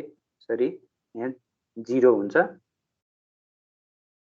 त्यही भएर समटाइम्स चाहिँ बेटर प्र्याक्टिसको लागि के गरिरहेको हुन्छ भने यो हिल भएको पोजिसनमा चाहिँ सर्टेन लेभलसम्म फ्रिक्सन मेटेरियल युज गरेको हुँदैन। यो सर्टेन लेभलसम्म फ्रिक्सन मेटेरियल युज गरेन भने हामीहरूलाई अर्को एउटा एक्स्ट्रा एडभान्टेज के हुन्छ भने हिट डिसिपेसन क्यापेसिटी हामीले बढाउन सक्छौँ यसको। ठिक छ। अनि अब यसको प्रेसर डिस्ट्रिब्युसन फाइन्ड गर्नको लागि हामीले अर्को कुनै एउटा पोइन्ट बी कन्सिडर गर्छौँ प्रेसर डिस्ट्रिब्युसन फाइन्ड गर्नको लागि। अब बी भन्ने पोइन्टमा लागेको प्रेसर निकाल्न खोज्छौँ है। अब pressure P acting upon the element of area of the friction material located at angle theta from, यसको पी भनेको के भयो त यो थीटा एंगलमा एक्ट गरिरहेको प्रेसरलाई चाहिँ हामीले पी ले डिनोट गरिरहेको छौँ अहिले। अब त्यस्तै म्याक्सिमम प्रेसरलाई हामीले पीए ले डेजिग्नेट गर्छौँ अनि पीए चाहिँ पीए को लोकेसन भएको एंगल भनेको के हो त थीटा ए ले डिनोट गर्छौँ है। अब हामीले के गर्नुपर्ने छ, फर्स्ट स्टेपमा प्रेसर डिस्ट्रिब्युसन फाइन्ड गर्नुपर्ने छ, त्यस पछाडि यो रिलेसन बिट्विन पी र पीए फाइन्ड गर्नु पर्यो सेकेन्ड स्टेप। अघिको याद छ भने फर्स्ट स्टेपमा प्रेसर डिस्ट्रिब्युसन हेर्छौँ, त्यस पछाडि रिलेसन बिट्विन म्याक्सिमम प्रेसर र प्रेसर एट एनी पोइन्ट हेरेर हेर्छौँ, अनि त्यस्तै थर्ड स्टेपमा चाहिँ बल्ल स्ट्याटिक इक्विलिब्रियम कन्डिसन अप्लाई गर्छौँ है। ल to find the pressure distribution on the periphery of the internal shoe consider point B, यो पोइन्ट बी हामीले कन्सिडर गरिरहेको छौँ। अब हामीले यहाँ फोर्स अप्लाई गरे पछाडि यो के हुनु पर्यो त ए को अबाउटमा यो सु चाहिँ सर्टेन डिफर्म हुन्छ, सर्टेन डिफर्म भएर अनि बल्ल कन्ट्याक्टमा आउने हो त होइन। त्यो डिफर्मेसन भएको इन्फाइनेटसमल रोटेसनलाई हामीले डेल्टा फाइले डिनोट गरेको छौँ। डेल्टा फाइले डिनोट गर्यौँ भने डिफर्मेसन परपेन्डिकुलर टु एबी, यो एबी को परपेन्डिकुलरमा हुने डिफर्मेसन भनेको के हुन्छ त डेल्टा फाइ भनेको स्मल एंगल छ भने यो डेल्टा फाइ भयो, यो डेल्टा फाइ भयो भने अब एबी को परपेन्डिकुलरमा हुने स्मल डिफर्मेसनलाई एच डेल्टा फाइले हामीले डिनोट गर्न सक्छौँ नि होइन। त्यस पछाडि यो ट्रायंगल एओबीबाट हामीले एच को एक्सप्रेसन फाइन्ड गर्न सक्छौँ। एच भनेको के हुन्छ त 2r sin θ/2। बुझिन्छ यहाँसम्म?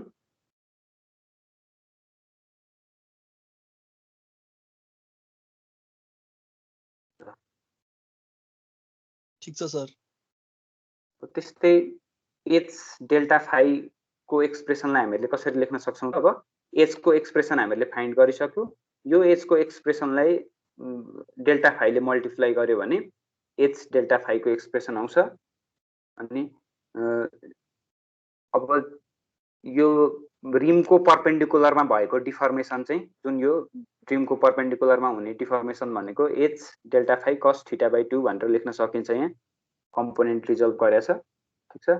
त्यसरी एच डेल्टा फाइ कस θ/2 को एक्सप्रेसनमा अब यहाँ एच को एक्सप्रेसन सब्स्टिट्युट, यो एच को एक्सप्रेसनलाई ल्याएर हामीले यहाँ सब्स्टिट्युट गर्यौँ भने finally deformation perpendicular to rim निकाल्न सक्छौँ। डिफर्मेसन परपेन्डिकुलर टु रिम भनेको कति आयो त आर डेल्टा फाइ साइन थीटा आयो। भनेपछि डिफर्मेसन परपेन्डिकुलर टु रिम भनेको चाहिँ केमा डिपेन्डेन्ट हुने रहेछ त साइन थीटामा डिपेन्डेन्ट हुने रहेछ। अब यो डिफर्मेसन परपेन्डिकुलर टु रिमले चाहिँ अब हामीलाई के चाहिँ दिन्छ होला त? के दिन्छ भन्दाखेरि तिमीले फोर्स अप्लाई गर्दाखेरि यो यति डिस्प्लेसमेन्ट हुने भयो क्या, यसको डिस्प्लेसमेन्ट यति हुने भयो। ठिक छ। अब यो डिफर्मेसन चाहिँ साइन फाइमा डिपेन्डेन्ट छ भने, सरी साइन थीटामा डिपेन्डेन्ट छ भने प्रेसर पनि के हुनु पर्यो त? प्रेसर पनि साइन थीटासँग चाहिँ प्रोपोर्सनल हुनु पर्यो। डाइरेक्टली प्रोपोर्सनल हुन्छ होला कि इन्भर्सली प्रोपोर्सनल हुन्छ होला त डिस्प्लेसमेन्टसँग प्रेसर? यसको रिलेसनसिप भनेको इन्भर्स हुन्छ, किनभने प्रेसर भनेको के हो त फोर्स पर युनिट एरिया हो हैन। अनि त्यस्तै फोर्स भनेको जस्तै हामीले डिस्प्लेसमेन्ट दिइराछौँ भने डिस्प्लेसमेन्टसँग फोर्सलाई कसरी रिलेट गर्न सक्छौँ त? Work done divided by displacement times area भनेर लेख्न सक्छौँ नि, होइन? अब यसरी हेर्दाखेरि के भयो त, प्रेसर र डिस्प्लेसमेन्टको रिलेसन इन्भर्स रहेछ। डिस्प्लेसमेन्ट चाहिँ साइन थीटासँग के छ त, डाइरेक्टली प्रोपोर्सनल भइरहेछ भने अब हामीहरूले प्रेसरको रिलेसनसिप यहाँबाट निकाल्न सक्छौँ। प्रेसर भनेको के हुने भयो त, यसरी साइन अफ एङ्गलसँग चाहिँ प्रोपोर्सनल हुने भएकोले यो प्रेसर एट एनी पोइन्ट र म्याक्सिमम प्रेसरलाई हामीले यो रिलेसनसिपमा लेख्न सक्छौँ नि, होइन? यसरी हामीहरूले प्रेसर एट एनी पोइन्ट र म्याक्सिमम प्रेसरको रिलेसनसिप पनि निकाल्यौँ। प्लस प्रेसर चाहिँ साइन थीटासँग प्रोपोर्सनल हुन्छ भने अब प्रेसर डिस्ट्रिब्युसन कस्तो हुन्छ होला त? प्रेसर डिस्ट्रिब्युसन साइन थीटासँग प्रोपोर्सनल हुने भइसके पछाडि प्रेसर डिस्ट्रिब्युसन पनि साइनोसोइडल हुन्छ होला भनेर हामीले के गर्न सक्छौँ त? प्रेसर डिस्ट्रिब्युसन साइनोसोइडल हुन्छ भनेर कन्क्लुड गर्न सक्छौँ। अब प्रेसर डिस्ट्रिब्युसन साइनोसोइडल हुन्छ भने अब प्रेसरको भेरिएसन अथवा म्याक्सिमम प्रेसर चाहिँ कहाँ हुन्छ, होइन? म्याक्सिमम प्रेसर कहाँ हुन्छ भनेर निकाल्नु पर्यो। अब यहाँ म्याक्सिमम प्रेसर भनेको कुन कन्डिसनमा हुन्छ त? Maximum pressure P equal to PA हुने कन्डिसन भनेको कुन कन्डिसनमा हुन्छ त? म्याक्सिमम प्रेसर जब साइन थीटा 1 भयो भने हो, के अरे साइन थीटा ए 1 भयो भने प्रेसर म्याक्सिमम हुन्छ। साइन थीटा ए 1 हुनको लागि एङ्गल कति हुनु पर्यो त? 90 डिग्री हुनु पर्यो है। त्यही भएर 90 डिग्री भनेको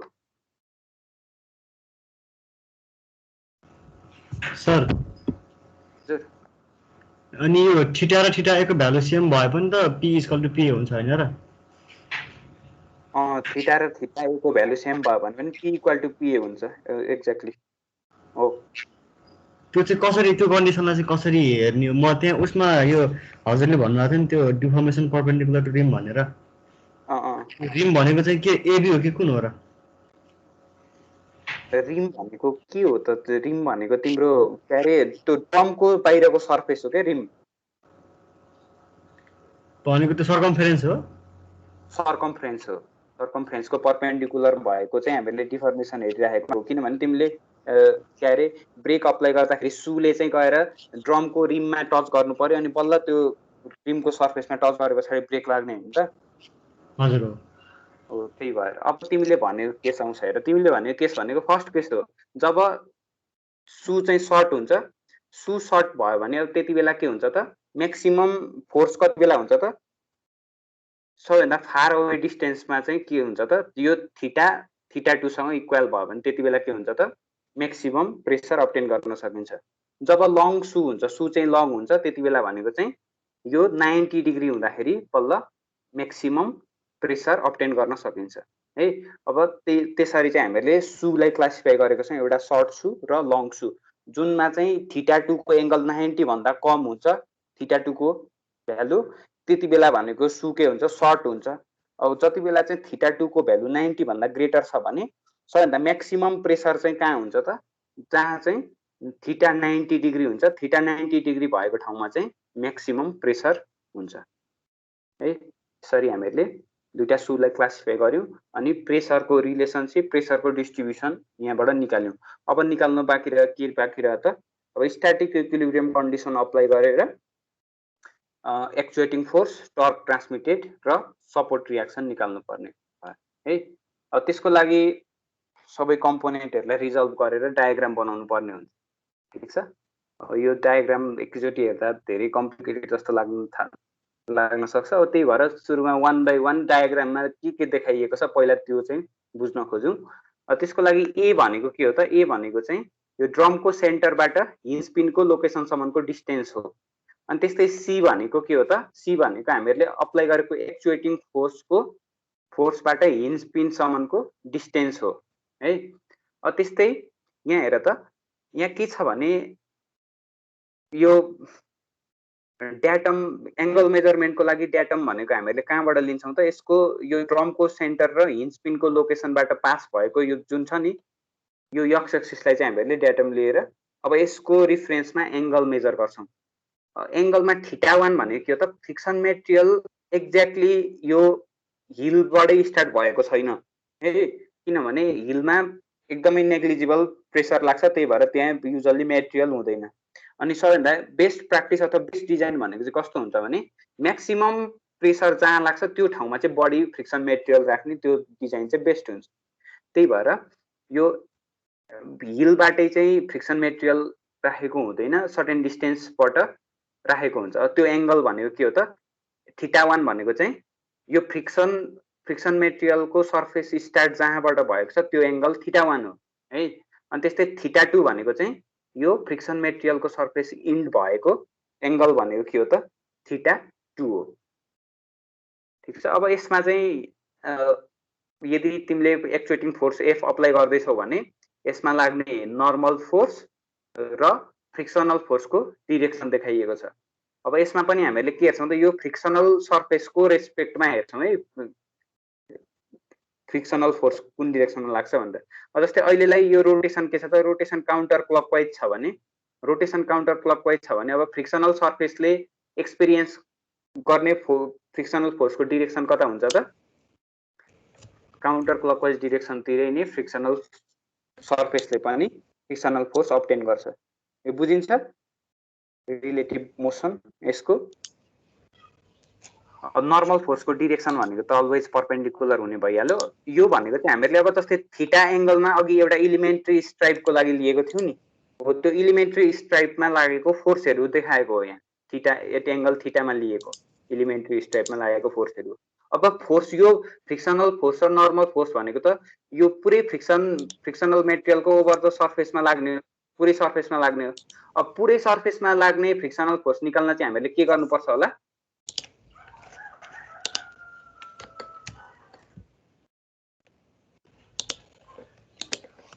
मलाई फलो गरिरहेको छौ?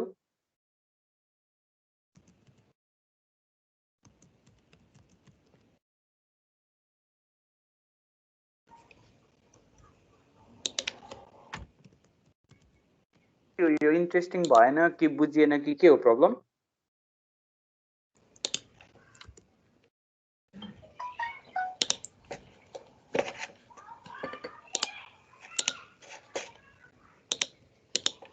सुनिरहेको छु मेरो आवाज? छ सर। हजुर सुनिरहेको छ। ल अब यो टोटल फ्रिक्सनल फोर्स र यसमा फ्रिक्सनल सर्फेसमा लागेको नर्मल फोर्सको भ्यालु निकाल्न चाहिँ अब हामीले के गर्नुपर्छ होला त, सबै टोटल सर्फेसमा निकाल्नलाई?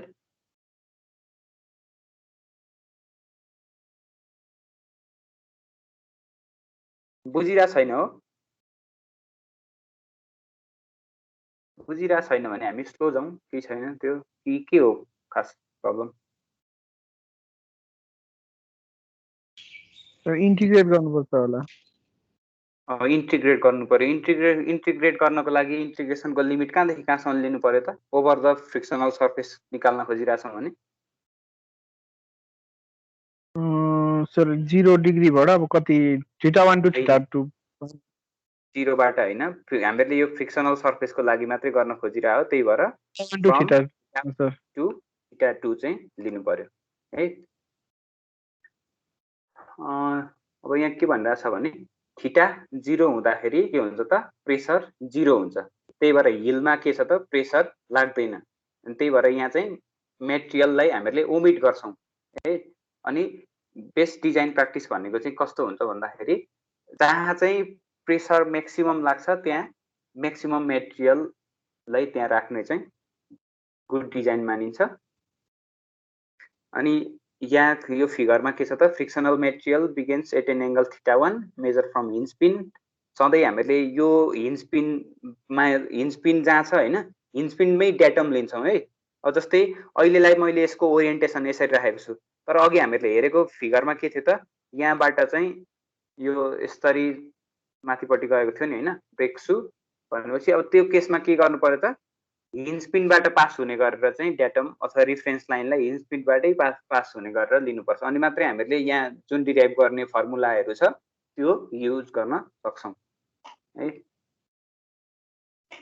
ल त्यस्तै at angle theta from the hinge pin there एक डिफरेन्सियल नर्मल फोर्स डिएन। डिएनको म्याग्निच्युड यहाँ कति हुन्छ त, म्याग्निच्युड अफ डिएन प्रेसरलाई हामीले के गर्नु पर्यो त फ्रम θ1 टु θ2 dn को लागि चाहिँ p भनेको हामीले प्रेसर डिस्ट्रिब्युसन हो भनेर अघि अलरेडी यसलाई डिफाइन गरिसकेका छौं त्यही भएर p br d थीटा हुने भयो म्याग्निट्युड अफ नर्मल फोर्स अघि किन p br d थीटा भयो त एउटा एलिमेन्ट्री स्ट्राइपको लागि हो यो है टोटल सर्फेसको लागि होइन कि यहाँ जुन 8 थीटा एंगलमा अघि हामीले एउटा एलिमेन्ट्री स्ट्राइप लिएको थियौ नि जसको चाहिँ यसको विड्थ भनेको r d थीटा थियो अनि त्यस्तै गरेर b भनेको चाहिँ के हो त b भनेको b लाई यसको विड्थ हो भनेर हामीले width on to the page हो b भनेको चाहिँ width on to the page हो अब r d थीटा भनेको यहाँ हामीले जुन देखिरहेको डिस्टेन्स छ त्यो चाहिँ r d थीटा हो भनेपछि यसको एरिया भनेको के हुने भयो त br d थीटा भयो अनि यो एलिमेन्ट्री स्ट्राइपमा एक गरिरहेको प्रेसर भनेको के हो त p हो त्यही भएर नर्मल फोर्सको म्याग्निट्युडलाई यसरी क्वान्टिफाई गर्न सक्नु अब ओभर द यो त्यसको फ्रिक्सनल मेटेरियलको टोटल सर्फेसको लागि फाइन्ड गर्नु पर्यो भने चाहिँ के गर्न सकिन्छ त dn भनेको जस्तै हामीले p को भ्यालु सब्स्टिट्युट गर्यौं भने अघि p को भ्यालु pa को टर्ममा निकालेको थियौ नि अब pa को टर्ममा चाहिँ हामीले यहाँ सब्स्टिट्युट गर्यौं भने यो हुने भयो ओभर द सर्फेसको लागि निकाल्नको लागि मैक्सिमम मेटेरियल प्रेसर यो p भनेको त डिस्ट्रिब्युसन अफ प्रेसर थियो नि त प्रेसर डिस्ट्रिब्युसनको एक्सप्रेसन हामीले यहाँ राख्नु पर्यो है अब एक्चुएटिङ फोर्स f फाइन्ड गर्नको लागि हामीले static condition of static equilibrium निकाल्नु पर्यो त्यसको लागि सुरुमा एक्चुएटिङ फोर्स निकाल्नको लागि अब स्ट्याटिक इक्विलिब्रियमको कन्डिसन लगाउँदाखेरि के हुनु पर्यो त मोमेन्ट पनि 0 हुनु पर्यो रिएक्सन फोर्स पनि के हुनु पर्यो त 0 हुनु पर्यो त्यसरी हो नि हैन स्ट्याटिक इक्विलिब्रियमको कन्डिसन भनेको अब त्यसको लागि पहिला अब हामीलाई मोमेन्ट चाहियो मोमेन्टको लागि सुरुमा यो नर्मल फोर्सले गर्दाखेरि लाग्ने मोमेन्ट निकाल्छौं अब नर्मल फोर्सको लागि मोमेन्ट आर्म भनेको के छ त नर्मल फोर्सको r - a cos थीटा छ यो r - a cos थीटा निकाल्न सकिन्छ यहाँबाट जस्तै यसलाई यहाँबाट तिमीले एक्सटेन्ड गर्दियौ भने यहाँ के बन्छ त राइट एंगल ट्रायंगल बन्छ यो डिस्टेन्स a छ यो थीटा छ भने यो के हुन्छ त a cos थीटा हुन्छ अनि r - a cos थीटा भनेको के हो त यो नर्मल फोर्सको मोमेन्ट आर्म हो है अब मोमेन्ट निकाल्नको लागि के गर्नु पर्यो त यो नर्मल फोर्सको इन्टिग्रेसन ओभर θ1 टु θ2 अनि यो expression multiplied by r - a cos theta यो एक्सप्रेसनलाई हेरे त यहाँ सब्स्टिट्युट गर्यो अनि यसलाई r - a cos थीटा ले मल्टिप्लाई गरेर इन्टिग्रेसनको लिमिट θ1 टु θ2 सम्म राखियो भने के आउँछ त moment due to this frictional फोर्सले गर्दा लाग्ने मोमेन्ट आउँछ है यो फ्रिक्सनल फोर्सले गर्दा लाग्ने मोमेन्ट मैले नर्मल फोर्स भनेछु है मैले यो चाहिँ फ्रिक्सनल फोर्सले गर्दाखेरि लाग्ने मोमेन्ट हो है फ्रिक्सनल फोर्सले गर्दा लाग्ने मोमेन्ट चाहिँ हामीले यसरी निकाल्न सकिन्छ नर्मल फोर्सको त moment arm a sin theta छ नि त है नर्मल फोर्सको मोमेन्ट आर्म चाहिँ a sin थीटा छ तर फ्रिक्सनल फोर्सको मोमेन्ट आर्म चाहिँ r - a cos थीटा हो त्यही भएर moment due to this frictional force is equal to this expression बुझिन्छ यो यहाँ चाहिँ हामीले के त्यो त्यस्तो कम्प्लिकेटेड कुरा भन्दा पनि त्यही फ्रिक्सनको जेनरल कुरा युटिलाइज गरेर अनि यसको ज्यामेट्रीमा गरिरहेको क्याल्कुलेसनहरु हो यो बुझिन्छ एक्सप्रेसन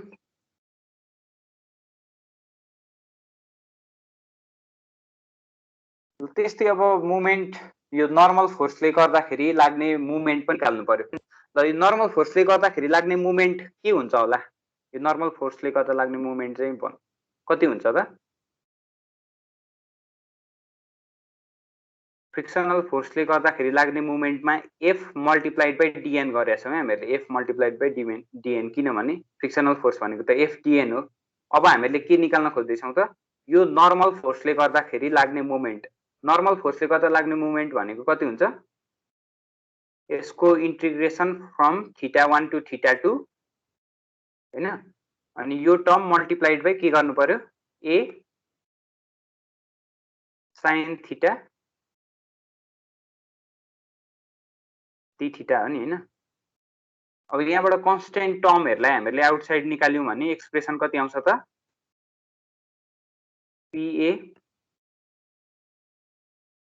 अब साइन ए पनि कन्स्टेन्ट हो, त्यही भएर साइन ए लाई साइन थीटा ए लाई के गर्न सक्छौं त इन्टिग्रलको आउटसाइडमा राख्न सक्छौं अनि फ्रम थीटा 1 टु थीटा 2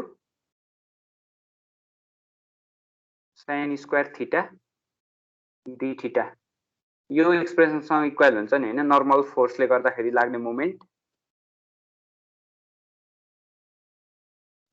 ल नर्मल फोर्सले गर्दाखेरि लाग्ने मोमेन्ट भनेको के हुने रहेछ त यो एक्सप्रेसन नर्मल फोर्सले गर्दाखेरि लाग्ने मोमेन्ट आयो। ल अब हामीहरूले यो फ्रिक्सनल फोर्सले गर्दा लाग्ने मोमेन्ट र नर्मल फोर्सले गर्दा लाग्ने मोमेन्ट निकाल्यौं अनि अब मोमेन्ट अबाउट ए निकाल्न सकिन्छ। मोमेन्ट अबाउट ए निकाल्यौं भने हामीले एक्चुएटिङ फोर्स कति हो एक्चुएटिङ फोर्सको एक्सप्रेसन फाइन्ड गर्न सक्छौं नि हैन। त्यही भएर चाहिँ अब यो एफ ले ब्यालेन्स गर्नु पर्यो यो दुईटाको मोमेन्टलाई अनि एफ भनेको के हुने भयो त सबै मोमेन्ट अबाउट ए लियौं भने मोमेन्ट अबाउट ए लिँदाखेरि एफ को ए को अबाउटमा एफ को डिरेक्सन कतातिर छ त क्लकवाइज डिरेक्सनमा लागिरहेको छ। त्यस्तै फ्रिक्सनल फोर्सको डिरेक्सन पनि क्लकवाइज तिर लागिरहेको छ व्हेरेज नर्मल फोर्सको डिरेक्सन मात्रै के छ त एन्टी क्लकवाइज छ है। अब यसरी जब यो फ्रिक्सनल फोर्सको मोमेन्टको सेन्स र एक्चुएटिङ फोर्सको मोमेन्टको सेन्स सेम डिरेक्सनमा हुन्छ त्यति बेलाको कन्डिसनलाई हामीले के भन्छौं त यो ब्रेक चाहिँ के छ त सेल्फ इनर्जाइजिङ छ किनभने फ्रिक्सनल फोर्सले हामीलाई ब्रेक अप्लाई गर्न हेल्प गरिरहेको छ है। फ्रिक्सनल फोर्सले हामीलाई ब्रेक अप्लाई गर्न हेल्प गरिरहेको छ। त्यो कन्डिसनमा हामीले यो ब्रेक सुलाई चाहिँ हामीले के भन्छौं त सेल्फ इनर्जाइजिङ सु भन्छौं। अब यदि यहाँ अर्को सु थियो हैन अर्को थियो अनि ल यसको चाहिँ यहाँ भयो हिन्ज पिन यसमा अप्लाई हुने फोर्स एफ छ भने अब यति बेला के हुन्छ त फ्रिक्सनल फोर्स यो डिरेक्सनमा रोटेट भइरहेको छ भने फ्रिक्सनल फोर्स त यो डिरेक्सनमा लाग्ने भयो एफएन। यो केसमा चाहिँ फ्रिक्सनल फोर्सको मुभमेन्टको सेन्स र अप्लाइड फोर्सको मुभमेन्टको सेन्स के भयो त डिफरेन्ट हुने भयो। यसलाई चाहिँ के भन्छ त सेल्फ डिइनर्जाइजिङ भन्छ। त्यही भएर एउटै ब्रेकमा छ नि एउटै ब्रेकमा जेनरली यदि दुईवटा ब्रेक सु युज गरेको छ भने एउटा ब्रेकले अप्लाई गर्ने एउटा सुले अप्लाई गर्ने ब्रेक चाहिँ बढी हुन्छ अर्कोले अप्लाई गर्ने कम हुन्छ सेम एक्चुएटिङ फोर्स लगाउँदाखेरि है। अब यसरी यहाँबाट हामीले एक्चुएटिङ फोर्सको मोमेन्ट आर्म भनेको सी छ है। त्यही भएर एफ मल्टिप्लाइड बाइ सी भनेको चाहिँ के भयो त नर्मल फोर्सको डिरेक्सन फ्रिक्सनल फोर्सको मोमेन्ट सेन्स सेम भएकोले गर्दाखेरि के भयो त यसले ब्रेक अप्लाई गर्ने हेल्प गर्ने भयो। किनभने हेर त यो एक्सप्रेसनमा चाहिँ एमएन लाई हामीले के गर्यौं त सब्स्ट्र्याक्ट गर्यौं भनेपछि एफ को भ्यालु त यसले रिड्युस गर्न हेल्प गर्यो नि है। त्यही भएर यो ब्रेक सुलाई चाहिँ के भन्छ सेल्फ इनर्जाइजिङ ब्रेक भनेर सेल्फ इनर्जाइजिङ ब्रेक सु भनेर भनिन्छ है। We see here that condition for zero actuating force exist. अब जीरो एक्चुएटिङ फोर्स यो तिमीले एक्चुएटिङ फोर्सको भ्यालु जीरो भयो भने चाहिँ त्यस्तो कन्डिसनमा चाहिँ हामीले के भन्छौं त सेल्फ लकिङ भनेर भन्छौं। तिमीले एक्चुएटिङ फोर्स अप्लाई नगरिकनै ब्रेक लागेको कन्डिसनमा छ भने चाहिँ and no actuating force is required. This furnishes us with a method for obtaining the dimension for self energizing action. अब यसबाट चाहिँ हामीले यो ब्रेक सु सेल्फ इनर्जाइजिङ हुनको लागि जुन अलरेडी त्यो डुअर स्टेपको डेरिभेसनमा पनि हामीले निकालेको थियौं कि critical value of coefficient of friction भनेको जियोमेट्रीसँग डिपेन्डेन्ट थियो। अब त्यस्तै यसमा पनि जियोमेट्रिकल प्यारामिटरहरु सेल्फ इनर्जाइजिङ हुनको लागि चाहिने जियोमेट्रिकल प्यारामिटरहरुको भ्यालु हामीले निकाल्न सक्छौं है। अब सेल्फ इनर्जाइजिङ हुनको लागि के हुनु पर्यो त mn must be greater than mf है। अब त्यस्तै एक्चुएटिङ फोर्स निकाल्यौं। एक्चुएटिङ फोर्स निकालेपछि अब हामीले के गर्नु पर्यो त टर्क कति टर्क अप्लाई गर्नुपर्ने छ त्यो टर्क अप्लाई को एक्सप्रेसन निकाल्छौं।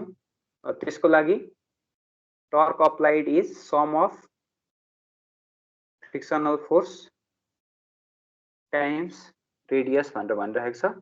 टर्क अप्लाइड भनेको तिम्रो यो ब्रेक सुले ड्रममा अप्लाई गरेको टर्क निकाल्न आँटिरहेको छौं है। ब्रेक सुले चाहिँ ड्रममा अप्लाई गरेको टर्क निकाल्न आँटिरहेको छौं। त्यसको लागि रेडियस, यसको रेडियस भनेको r छ है, अनि त्यही भएर यो फोर्स टाइम्स रेडियस गर्यो भने टर्कको एक्सप्रेसन आउँछ, जसमा dn को भ्यालु ल्याएर सब्स्टिट्युट गर्ने। अगाडि जुन dn को एक्सप्रेसन हामीले डिराइभ गरेका छौँ त्यो dn को भ्यालु ल्याएर सब्स्टिट्युट गर्यो भने चाहिँ finally torque applied to the drum by the brake shoe चाहिँ त्यसको एक्सप्रेसन हामीले यहाँ निकाल्न सक्छौँ। टर्क भयो, टर्क पनि आयो, एक्चुएटिङ फोर्स आयो भने अब ओन्ली रिमेनिङ थिङ भनेको के छ त, यसको हिन्ज पिन रियाक्सन निकाल्नु पर्ने छ है, रियाक्सन निकाल्नु पर्ने बाँकी भयो। अब हिन्ज पिन रियाक्सन कसरी निकाल्न सकिन्छ त, भर्टिकल र होरिजेन्टल फोर्सको समेसन गरेर चाहिँ हामीले हिन्ज पिन रियाक्सन निकाल्न सक्छौँ। अब यो आरएक्स को भ्यालु डिटरमाइन गर्नको लागि के गर्नु पर्यो त, यक्स डिरेक्सनमा लागेको सबै फोर्सहरूको सम निकाल्नु पर्यो। यक्स डिरेक्सनमा लागेको के छ त, एउटा आरएक्स भइहाल्यो, त्यस पछाडि एफएक्स छ, त्यस्तै एफडिएन साइन थीटा र डिएन कस थीटा यक्स डिरेक्सनमा लागेको फोर्सहरू। ठिक छ, यक्स डिरेक्सनमा लागेको फोर्सहरूको समेसन गरेर यो तीनवटा कम्पोनेन्ट्सहरू छ। यसमा डिएन को भ्यालु सब्स्टिट्युट गर्ने हो भने डिएन को भ्यालु सब्स्टिट्युट गरे पछाडि फाइनल्ली हामीले के गर्न सक्छौँ त, यसको एक्सप्रेसन भनेको from θ1 to θ2 sin θ cos θ d θ minus यो एक्सप्रेसन यहाँ अब्टेन गर्यौँ। ल अब यो छ नि हामीले न्युमेरिकल गर्दाखेरि अथवा यसको डिजाइन गर्दाखेरि यो एक्सप्रेसनलाई अब हाम्रो इन्टिग्रेसनको लिमिटमा यो टर्मलाई चाहिँ इन्टिग्रेट गर्नु पर्यो है। Integration of sin theta times cos theta d theta को इंटीग्रेशन कति हुन्छ थाहा छ? अब इंटीग्रेशन यो जान्नु पर्यो, यसको इंटीग्रेशन कसरी गर्ने, sin square theta d theta को इंटीग्रेशन कति हुन्छ? cos 2 थीटा बाइ 2 हुन्छ होला, minus cos 2 theta by 2 minus cos 2 theta by 2 हुन्छ होला सायद। 2 थीटा बाइ 2 एड पनि गर्नु पर्यो हुन्छ नि पहिला, के एड गर्नु पर्यो?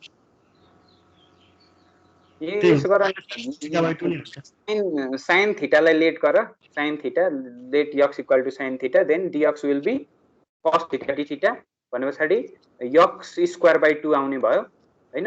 अनि x स्क्वायर बाइ 2 x भनेको sin थीटा छ भने sin square theta divided by 2 हुन्छ यसको इन्टिग्रेसन। अब sin स्क्वायर थीटाको इन्टिग्रेसन गर्नु पर्यो। sin स्क्वायर थीटाको इन्टिग्रेसन गर्नको लागि sin स्क्वायर थीटा भनेको के हो त, 1 माइनस cos 2 थीटा हो,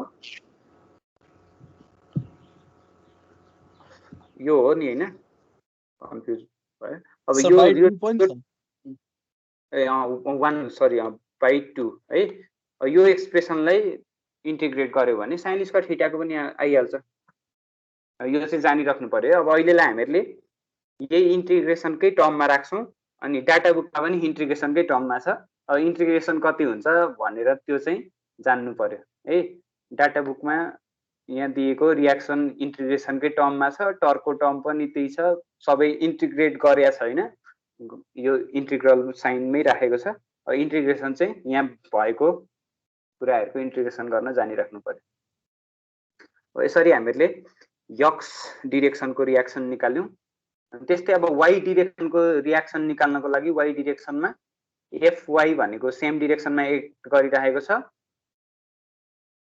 अनि fdn cos थीटा भनेको अपोजिट डिरेक्सनमा, dn sin थीटा पनि अपोजिट डिरेक्सनमा छ है। त्यही भएर y डिरेक्सनको भनेको fy मात्रै सेम डिरेक्सनमा भएर यो नेगेटिभ साइनमा आउने भयो। अनि यसरी ठ्याक्क टर्म्सहरू हेरेर त इन्टरचेन्ज भयो नि अहिलेको भन्दा। अहिलेको ठ्याक्कै sin थीटा cos थीटा अगाडि थियो, sin स्क्वायर थीटा यता थियो भने अब अहिले के भयो त, टर्म्सहरू इन्टरचेन्ज भयो, अनि साइन पनि चेन्ज भयो है। अघि माइनस हुन्थ्यो, अहिले यहाँ प्लस भएर आउने रहेछ। यो भनेको चाहिँ यसरी हामीले रियाक्सन पत्ता लगायौँ। यो रियाक्सन चाहिँ किन फाइन्ड गर्नु परेको होला, रियाक्सनले चाहिँ केमा कन्ट्रिब्युट गर्छ? जस्तै अब टर्क त हामीलाई चाहियो, एक्चुएटिङ फोर्स कति हुन्छ त्यो पनि चाहियो, रियाक्सन फाइन्ड गरेर चाहिँ के काम?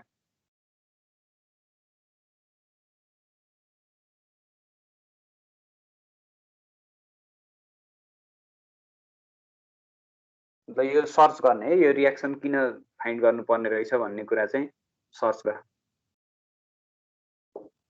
ल अब यो भनेको चाहिँ जति बेला यो ड्रमको रोटेसन चाहिँ काउन्टर क्लकवाइज हुँदाखेरिको केसमा भयो है। अब यो ड्रमको रोटेसन क्लकवाइज डिरेक्सनमा हुँदाखेरि भयो यो। ड्रमको रोटेसन काउन्टर क्लकवाइज भयो भने चाहिँ के हुन्छ होला त? ड्रमको रोटेसन काउन्टर क्लकवाइज भयो भने अब एक्चुएटिङ फोर्सको भ्यालु कति हुन्छ? यो दुईटा एड हुने भयो है। अब चाहिँ एड हुने भयो यो दुईटा चिज। अनि यो दुईटा चिज एड हुने भयो भने अब सेल्फ इनर्जाइजिङ प्रोपर्टी लस्ट हुने भयो। अब एफ चाहिँ कहिले पनि 0 हुन सक्दैन है। एफ 0 हुन सक्नु भएन भनेपछि के भयो त?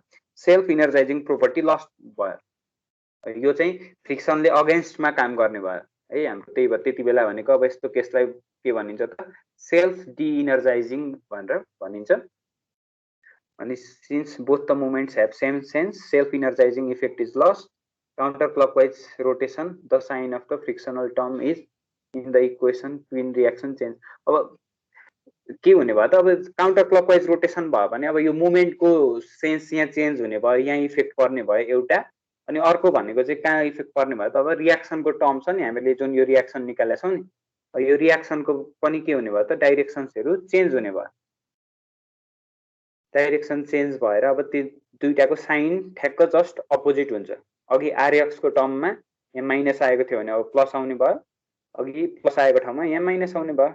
यो त तिमीले क्याल्कुलेट गरेर यो निकाल्न सक्छौ नि हैन? Just give me a minute है।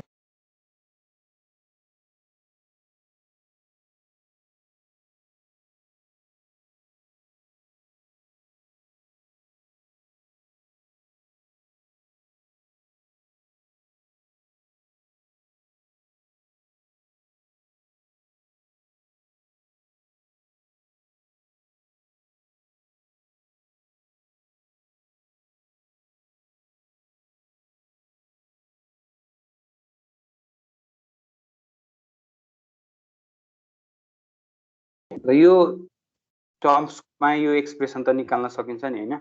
सबै यहाँ फ्री बडी डायग्राम छँदैछ। रोटेसन रिभर्स गर्ने, रोटेसन रिभर्स भए पछाडि फ्रिक्सनल फोर्सको डाइरेक्सन चेन्ज हुने हो। अरु सबै सेम नै हुन्छ, जस्ट फ्रिक्सनल फोर्सको डाइरेक्सन चेन्ज हुने हो। फ्रिक्सनल फोर्सको डाइरेक्सन चेन्ज भएकोले गर्दा यो फ्रिक्सनल फोर्सको साइन पनि के हुने भयो त? अल्टरनेट भएर चेन्ज हुने भयो है।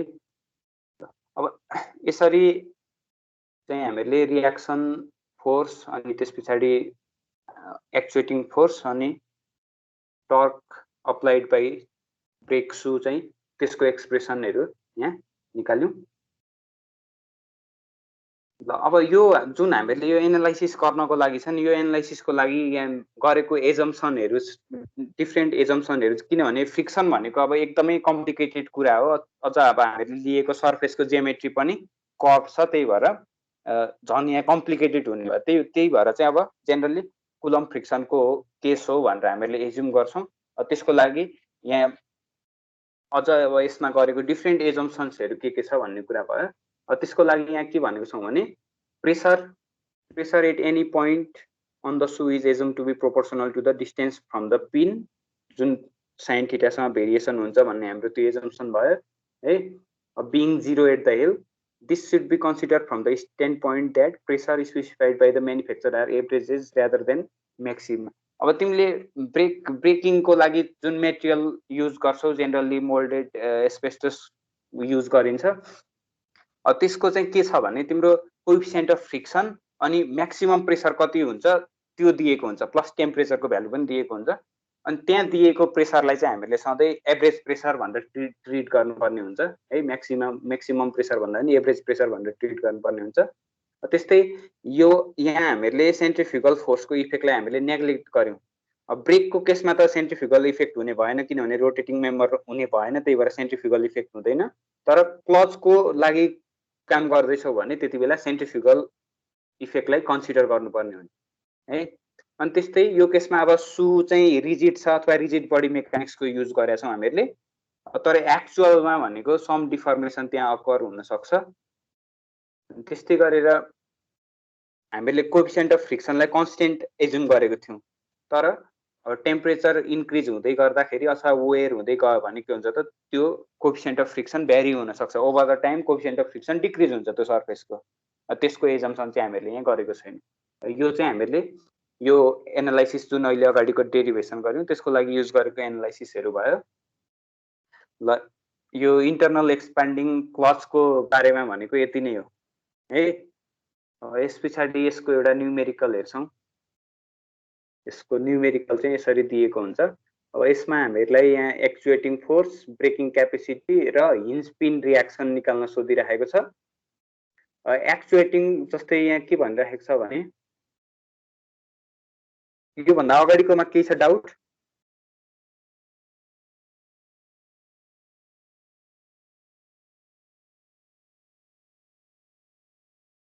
खै के हो यो त पुरै अननोन भयो त सबैले रेकर्डिङ नै हेर्ने सोचिरहेको क्या होइन सर अघि लाइन गएको थियो त्यहाँबाट झप्पै आयो अनि फेरि यहाँ ब्ल्याङ्क भइसक्यो कि बिचमा छुटेर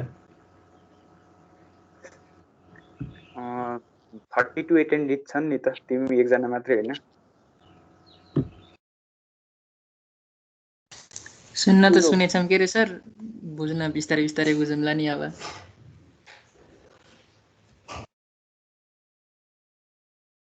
के चाहिँ बुझेनौ त बुझेनौ भन्ने भन न त्यस्तो मैले बुझ्न पाएको तिमी त्यस्तो नबुझेको भन्ने कुनै विषय पाइए छैन कि सर हेर्नुपर्छ फेरि अनि बुझेला नि त गरौँ न अगाडि अगाडि बढ्दा हुन्छ त्यो त मलाई पनि त केही आउटपुट आइराखेको भन्ने फिल हुनु पर्यो नि त मैले इनपुट दिइराखेको छु अनि केही आउटपुट छैन भने त त्यो बालुमा पानी हाले जस्तो मात्रै गरेर त के इन्ट्रेस्टिङ भएन नि त के छ बुझ्या छैन भने मैले अगाडि गएर फेरि एक्सप्लेन गर्छु केही प्रब्लम भएन अब कहाँ कुन पोइन्टमा बुझ्या छैन त्यो भन सर यसरी रिपिट गर्न मिल्छ भनेदेखि बरु त्यो एक्सप्रेसन कसरी आयो यसरी भनिदिनु न सर र म लाइन गएर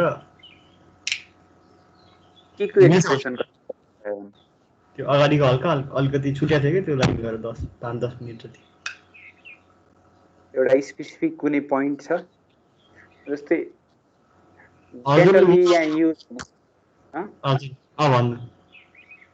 मैले के भन्न खोजेँ भने जेनरली यो ब्रेक लाइनिङ अथवा फ्रिक्सन मेटेरियलको लागि युज हुने मेटेरियल भनेको मोल्डेड एस्बेस्टस हो है मोल्डेड एस्बेस्टसको तिम्रो यो खासमा यसको लागि टेबल पनि छ डिफ्रेन्ट मेटेरियलको टेम्परेचर प्रेसर अनि फ्रिक्सन कोफिसिएन्ट अफ फ्रिक्सनको त्यो हेर्दा पनि हुन्छ त्यस्तै यहाँ चाहिँ के छ त कोफिसिएन्ट अफ फ्रिक्सन यो मोल्डेड एस्बेस्टसको लागि कोफिसिएन्ट अफ फ्रिक्सन र pressure limitation of 100 kilo pascal भनेर 100 किलो पास्कल दियो अब यो 100 किलो पास्कललाई हामीहरूले के चाहिँ एजुम गर्नुपर्छ अरे अहिले अगाडि मैले भनेको थिएँ नि कसैले सुनेछ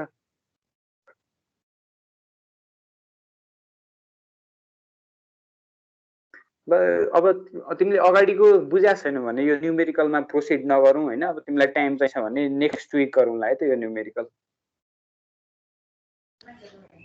हुन्छ सर आज फेरि क्लास पनि कन्टिन्यू भइरहेछ क्या सर हामीले 2 मिनट पनि ब्रेक भएको छैन त्यही भएर अलिक बढी नै भयो क्या सर साथीहरू त्यो त अभियसली नै हुन्छ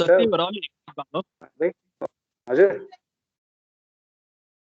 सर कन्टिन्युस क्लास भएर मात्रै हेक्टिक भएको सर यो एक्सप्रेसनहरु आएको त सबै बुझिया छ सर अलमोस्ट यो एक्सप्रेसनहरु तिमीले अब अहिले यहाँ देख्दाखेरि एकदमै कम्प्लिकेटेड लागिरा होला अब यो टर्मिनोलोजिजहरुमा फ्यामिलियर भयो भने चाहिँ खासै केही चाहिँ छैन है खासै केही छैन त्यही डाइरेक्सनल सेन्स फ्रिक्सनल फोर्सको भनेको चाहिँ सधैँ हामीले यो फ्रिक्सनल सर्फेसको रिलेटिभमा लिन्छौँ त्यो चाहिँ तिमीलाई अलिकति डिफरेन्ट हुन सक्छ कन्भेन्सनल केसको भन्दा कन्भेन्सनल केसमा चाहिँ अब जस्तै रोटेसन यता छ भने अपोजिट डिरेक्सनमा हुनुपर्ने हो भनेर हामीले लिइरहेको हुन्थ्यौँ तर यसमा के छ त व्हीलको रोटेसन अथवा ड्रमको रोटेसन यता हो अब फ्रिक्सनल सर्फेसको रिलेटिभमा हेर्ने हो भने ड्रमको रोटेसन अपोजिटतिर हुन्छ अब यसको यो डिरेक्सनको अपोजिटमा लाग्ने भयो फ्रिक्सनल फोर्स त्यसरी चाहिँ अनि यसको अपोजिट डिरेक्सनमा चाहिँ हामीहरूले यसको यो फ्रिक्सनल फोर्सको के अरे यो भ्यालु लिएको अनि यो मोमेन्टको त निकाल्न सकिहाल्छौ त्यो ल एकचोटि हेर त्यस्तो केही बुझेनौ भने मलाई नेक्स्ट क्लासमा सोध अब तिमीले पनि अलिकति त्यो आइडिया बनाएर नेक्स्ट क्लासमा यसको न्युमेरिकल सल्भ गरौँला किनभने अब यो न्युमेरिकल गर्न पनि त्यही कन्सेप्ट चाहियो, त्यही एक्सप्रेसन चाहियो त्यहाँ अगाडिको है। अब जेनरली हामीहरूले अघि गरेकोमा चाहिँ के छ त, ठ्याक्कै यसको यो यक्स डिरेक्सन भनेको यो ड्रमको होरिजेन्टल एक्सिसमै चाहिँ हिन्ज पिनको लोकेसन थियो। यो केसमा हिन्ज पिनको लोकेसन यहाँ छ। त्यही भएर चाहिँ के हुन्छ भने एक्सिस लिँदाखेरि छ नि, यो हिन्ज पिन जहाँबाट पास भएको छ ठ्याक्कै त्यहीलाई चाहिँ हामीहरूले ड्याटम लिनु पर्यो। रिफरेन्स लाइन भनेको त्यसैलाई लिने हो।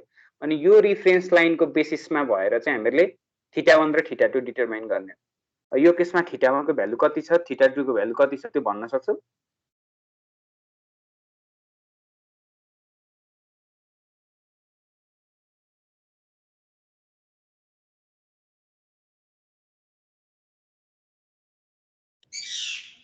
I'll see you on next class सबैजना। Stay safe है त। आजलाई यति नै।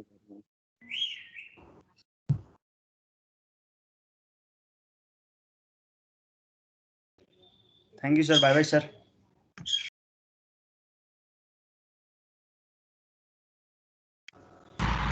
गिल्टी फिल भयो क्या हो?